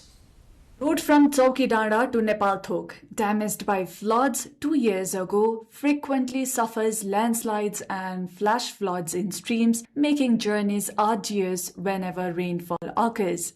In September 2024, floods damaged the Kabre-Palanchok section of the BP highway. Although vehicles were rerouted through the old tracks, travel remains uncomfortable during rainfall. Landslides and swollen streams along the Chaukidara Nepalthok stretch continue to disrupt movement. Compared to earlier years, road conditions have slightly improved, but rainfall still triggers flash floods and landslides, affecting traffic. Passengers and drivers often face hours-long traffic jams due to floods in streams, falling rocks and landslides. बरु यसो बाटो अलिअलि समय दिए हुन्थ्यो समस्या भइरहेको छ सबैलाई हैन सबैजना अब बाटो हिँड्नै पर्छ घरमा बसेर मात्रै नि हुँदैन हिँड्दा डुल्दाखेरि खोला पहिरोको चाहिँ डर भइरहेछ धेरै खोला खाल खोलाको ठाउँ-ठाउँमा जाम परिरहेको छ पहिला भए म्याक्सिमम हामी जनकपुर पुग्दाखेरि 5-6 घण्टा पुग्थ्यो अहिले 9 घण्टा लाग्छ अहिले Because of the high risk of falling rocks and landslides at various points during the rainy season, security agencies have often urged all drivers and passengers to travel with extreme caution. Local authorities have advised travelers to check weather conditions before setting out, drive at safe speeds, avoid unnecessary stops in risky areas, and follow traffic police instructions. According to the Road Division Office, high-risk areas include Chauki Dada, Charse Besi, Ghumaune Besi, Bokse Kuna, Chiuri Bas, Kala Dhunga, and Piple Barkhe Khola. Reconstruction of the highway has been divided into 4 sections. Work has already begun on 3, while the 4th will be rebuilt with support from the Japan International Cooperation Agency JICA. Currently, reconstruction is underway on 2.3 km from Piple to Dalabesi, 8.5 km from Dalabesi to Charse Besi, and 11 km from Charse Besi to Bakunde Besi Chaukidara sections. As of now, the reconstruction has been completed 20% in the first section, 26% in the second section, and 25% in the third section. A lack of human resource and other administrative hassles have delayed the reconstruction of the project that stands as one of the examples of Nepal-Japan cooperation. Narpa Bhumi Rural Municipality of Manang has finally been connected to the national road network after years of isolation. The remote local level received road access following the completion and operation of a newly constructed bridge. For years, the Marshangdi River remained a major barrier to road access in Narpa Bhumi, forcing locals to depend on foot trails, temporary transport options, and risky crossings. The newly constructed bridge, built at a cost of 860 million Nepali rupees, has now come into operation following its inauguration. The 54.5 meter long and 4 meter wide bridge is expected to improve connectivity and boost access to education, healthcare, agriculture, tourism, trade, and government services, contributing to the local economy.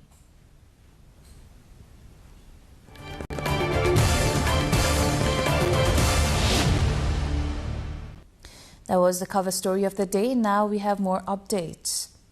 3 persons have gone missing after a car fell into the Sunkosi River following a road incident along the mid-hill highway of Nepal's Sinduli district today. According to the district police office, the accident occurred at around 11:45 a.m. when a passenger bus traveling from Kathmandu to Okhaldhunga hit a parked car from behind. The impact sent the car nearly 50 feet off the road into the Sunkosi River. Police said the missing passengers have been identified as 39-year-old car driver Dil Kumar Lama of Jugal Rural Municipality 7, Sindupal Chok, excavator operator Ganesh Thapa of Golanjor Rural Municipality 1, Sinduli, and another person whose identity and address have not yet been confirmed. Authorities said the strong current of the Sunkosi River has made the search difficult, but efforts to locate the missing individuals are continuing. Elsewhere, 6 persons have been injured after a passenger bus and a Bolero Jeep collided on the Gorkha-Abu Khaireni Road section this afternoon. The accident occurred at 5 kilo of Gorkha Municipality 13 when a bus travelling from Sera towards Abu Khaireni collided head-on with a Bolero coming from the opposite direction. In other news, the Finance Committee of the House of Representatives has proposed recognizing digital currency as legal tender through the amendment bill to the Nepal Rashtra Bank Act 2058.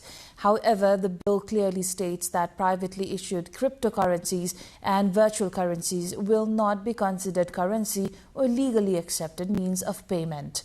During a clause-wise discussion on the bill at the Finance Committee meeting today, lawmakers discussed the definition and legal scope of digital currency.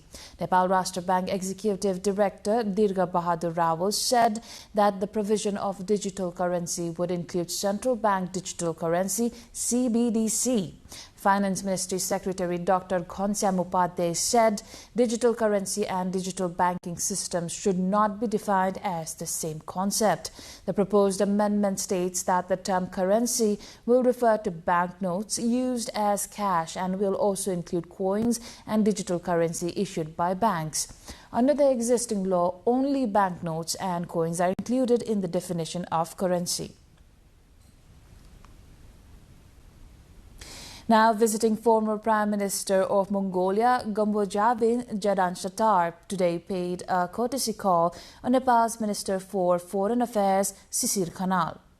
In a meeting held at the Ministry of Foreign Affairs, the two discussed Nepal-Mongolia bilateral relations, geopolitical similarities and the potential cooperation in the areas of development, trade, partnership and Buddhist norms and values. On the occasion, the ministers said Nepal and Mongolia share similarities in terms of geopolitics, adding that Nepal is eager to learn from Mongolia's experiences across various areas. He said Nepal is interested in expanding the bilateral cooperation in the areas of development, trade, partnership and Buddhist norms and values. He applauded Mongolia for maintaining balanced relations with its neighboring countries and demonstrating effective partnership management. During the meeting, the two also explored possible ways to further strengthen bilateral and diplomatic relations between Nepal and Mongolia.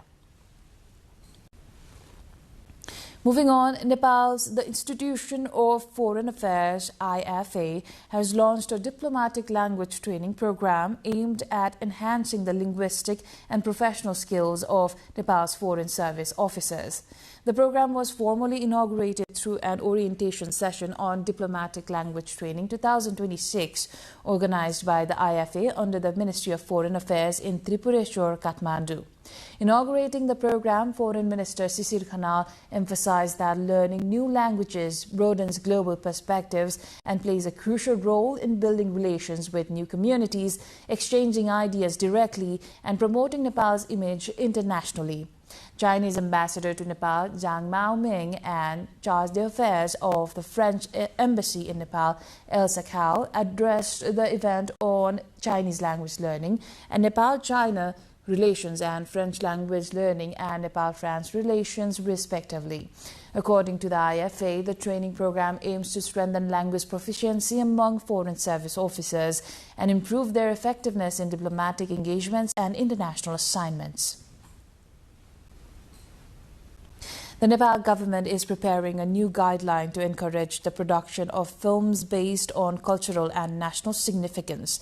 As part of the process, the Ministry of Communications and Information Technology held discussions with stakeholders on the draft guideline on incentive grant program for film production and cultural and nationally significant areas. Today, the ministry sought suggestions from stakeholders to ensure the transparent, effective and result-oriented use of the allocated grant budget of 35 million Nepali rupees for the current fiscal year 2026-27.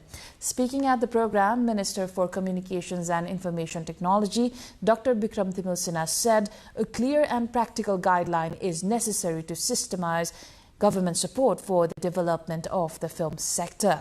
Once approved, the guideline will pave the way for providing incentive grants for the production of outstanding films based on cultural and national importance through the allocated budget. The Nepali Congress Parliamentary Party has concluded that investigations should be conducted into incidents reported in Sunsari and other areas, and the facts should be made public.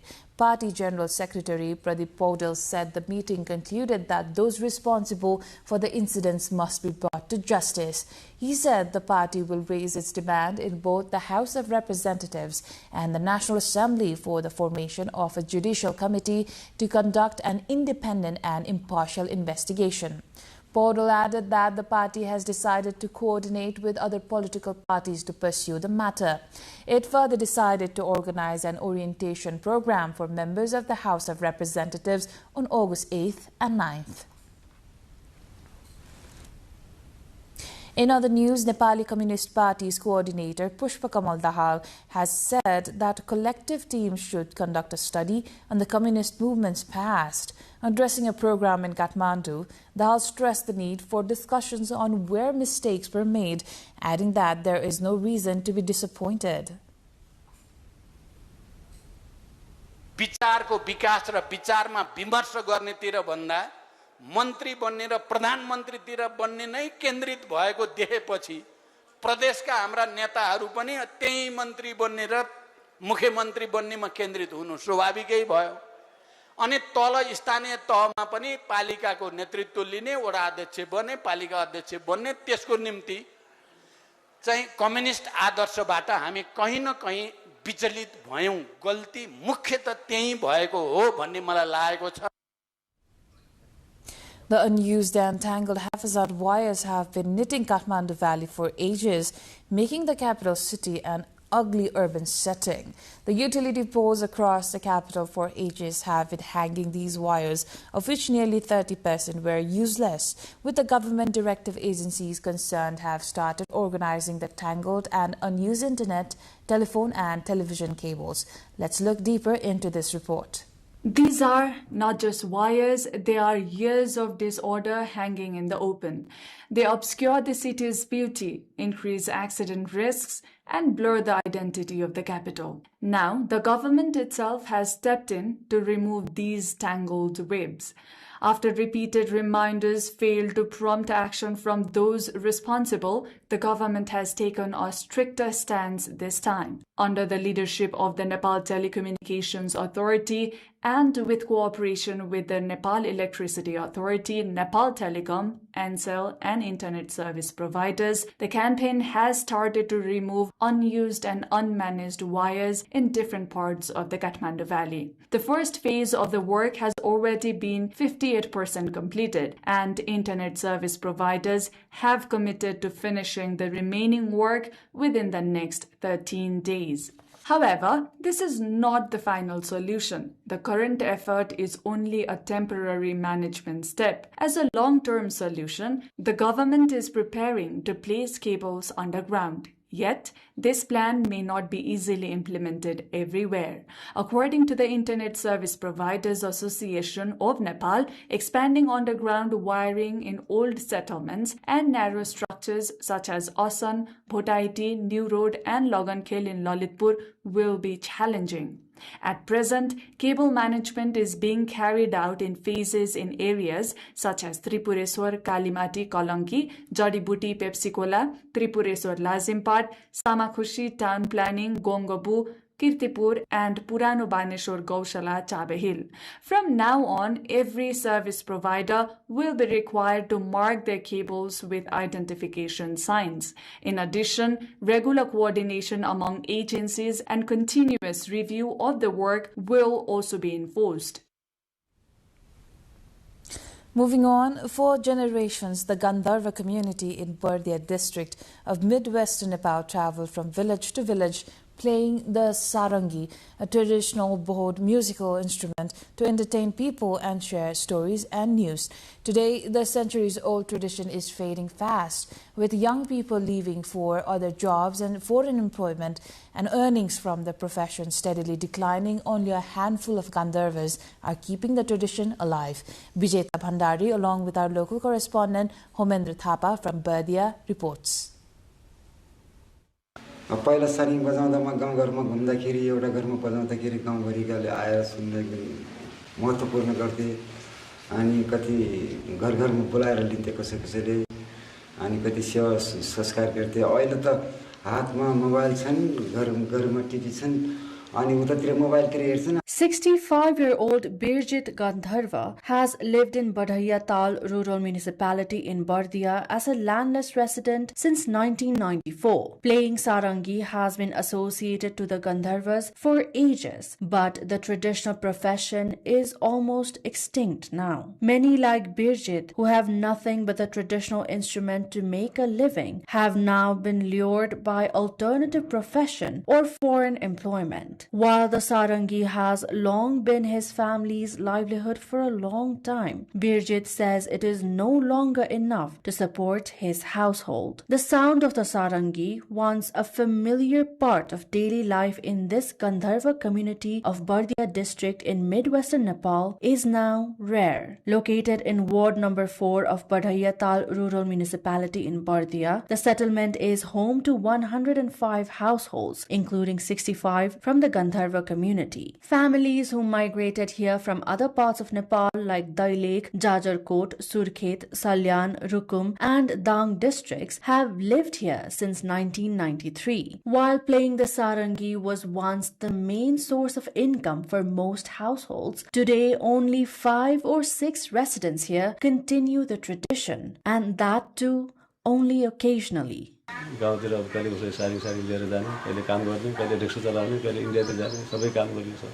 त्यसै गरेर जीविका चलाइएको छ। जानकारी हुर्काइयो, अझै हुर्काउँदैछ sir. Limited access to farmland, education and alternative employment, along with declining income and recognition for the sarangi performers, has driven many young Gandharvas to take up other occupations or seek work abroad. Community members say financial hardship has also prevented many children from continuing their formal education. In such a situation, Gandharva community leaders say the traditional art of playing the sarangi and their unique cultural heritage are no longer being passed on to the younger generation. अब अहिले नयाँ पुस्ता चाहिँ तपाईको चाहिँ वैदेशिक रोजगारीमा कहीं कतै यसो चाहिँ तपाईको चाहिँ साउदी अरबतिर कतारतिर जाने स्थिति बनेको छ भने धेरै युवाहरू चाहिँ भारतको कालापार गएर जीवन गुजारा गरिरहेको अवस्था छ र सारंगी नछुने एउटा चाहिँ तपाईको चाहिँ एउटा खालको स्थिति बनेको छ. The sarangi is more than a musical instrument. The traditional Bod musical instrument also reflects the history, identity, and cultural heritage of the Gandharva community and is an important part of Nepal's folk music tradition.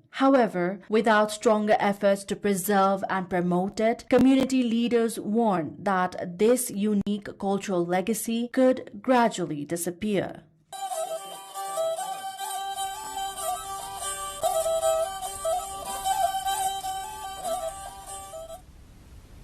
Time for international news, but before that, let's do a quick recap of the headlines. Caution urged as active monsoon triggers floods and landslides across Nepal. Search on after 3 go missing in a car plunge in Sunkosi River.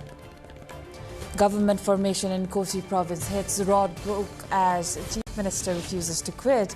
Efforts on in Sudar-Pashchim for the new government. Incidents of robbery and theft on a rise across Nepal's cities. Police intensify crackdown as public urged to stay alert. Iran says negotiations ongoing with Oman over Strait of Hormuz access, however denies Trump's claim of new talks. Japan and the US confirmed joint yen buying intervention, move to stabilize yen and Japanese bond markets.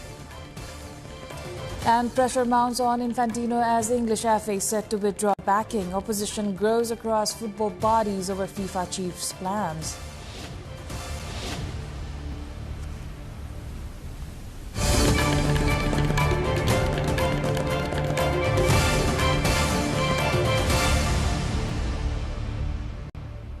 Russian officials say at least 7 people, including 3 children, have been killed by a Ukrainian drone on a beach in southwest Russia.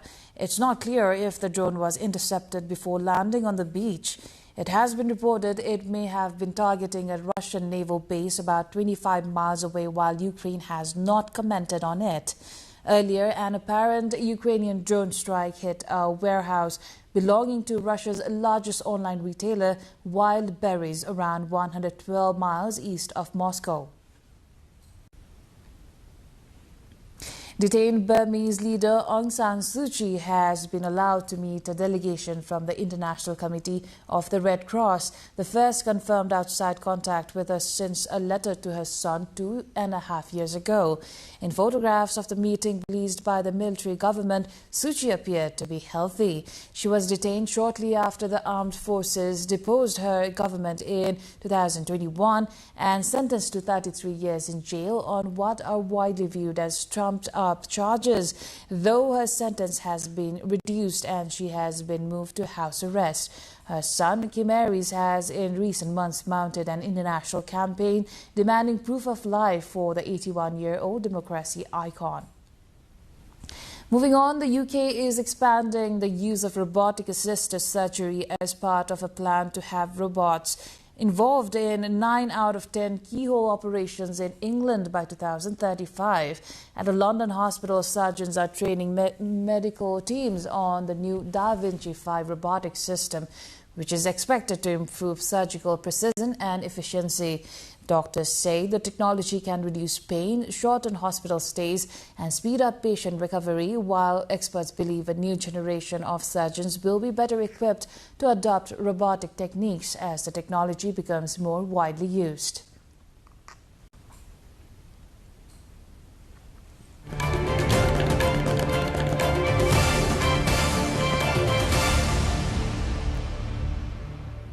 Time now for Business Update.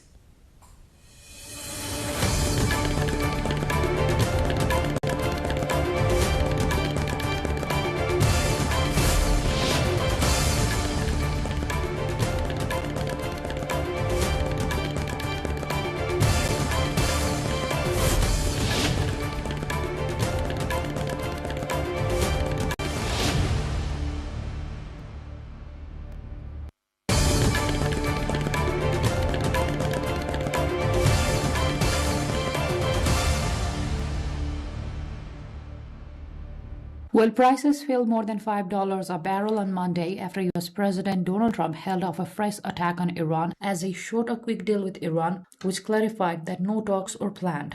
Brent crude futures fell $5.04 or 5.73% to $82.89 by 12:18 GMT, having retraced some losses from a 3-week low heat earlier in the session. U.S. West Texas Intermediate crude was at $78.90 a barrel, down from $5.77 or 6.8%. Both benchmarks marked their biggest daily falls in absolute and percentage terms since last Monday. The two contracts jumped more than 20% last month after fighting between the U.S. and Iran resumed, and attacks on several tankers around Oman heightened security concerns, deterring shippers from entering the Gulf to load oil.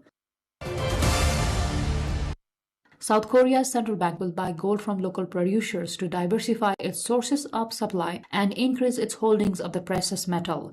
The Bank of Korea on Monday said it has established a framework of domestic gold purchases with local producers, Korea Exchange and Korea Securities Depository. It will buy gold from domestic producers at international market prices via transactions, payment and deposit systems of KRX and KST. The purchases will have a limited impact on trading prices of gold in the country, since the bank plans to buy gold intended for exports only at contract prices. The bank said the purchases would support its management of foreign reserves. They mark the central bank's first domestic gold purchases in 13 years, according to local media reports.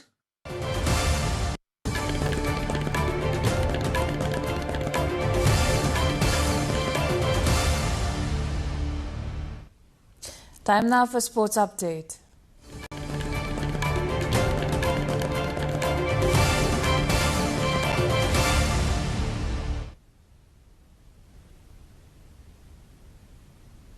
The Nepal Volleyball Association (NVA) has unveiled its annual calendar for fiscal year 2026-27, featuring 20 programs, including 3 Central Asian Volleyball Association CAVA competitions.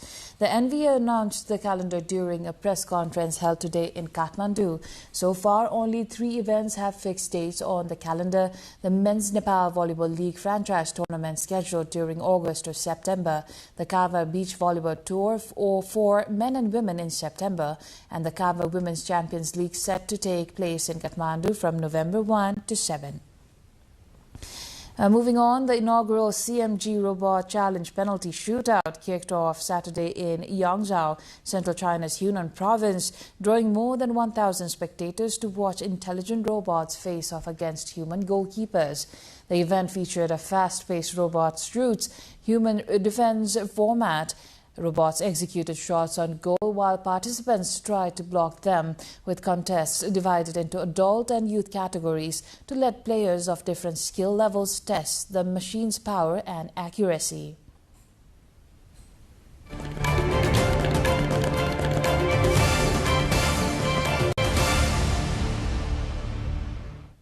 Time for the weather updates, first from Nepal and then across the world.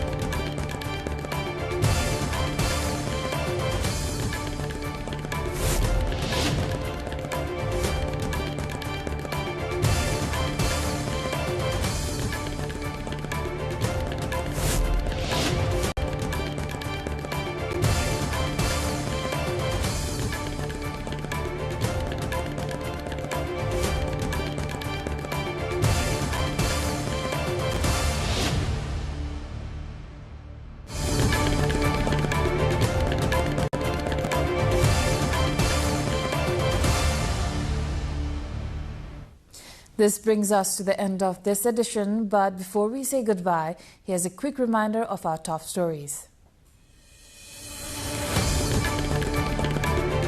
Caution urged as active monsoon triggers floods and landslides across Nepal. Search on after 3 go missing in a car plunge in Sunkosi River. Government formation in Kosi province hits a roadblock as Chief Minister refuses to quit efforts on in Sudur Paschim for new government. Incidents of robbery and theft on a rise across Nepal's cities. Police intensify crackdown as public urged to stay alert.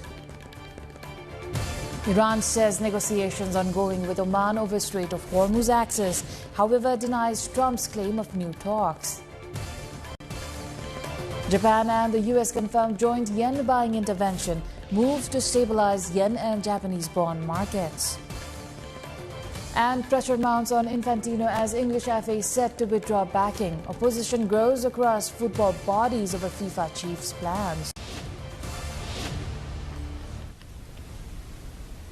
That is all for the moment. Do join us through our social media and visit us at www.nepaltelevision.com for more information and news. I am Iprila Gising Lama. Thank you for watching. Good night.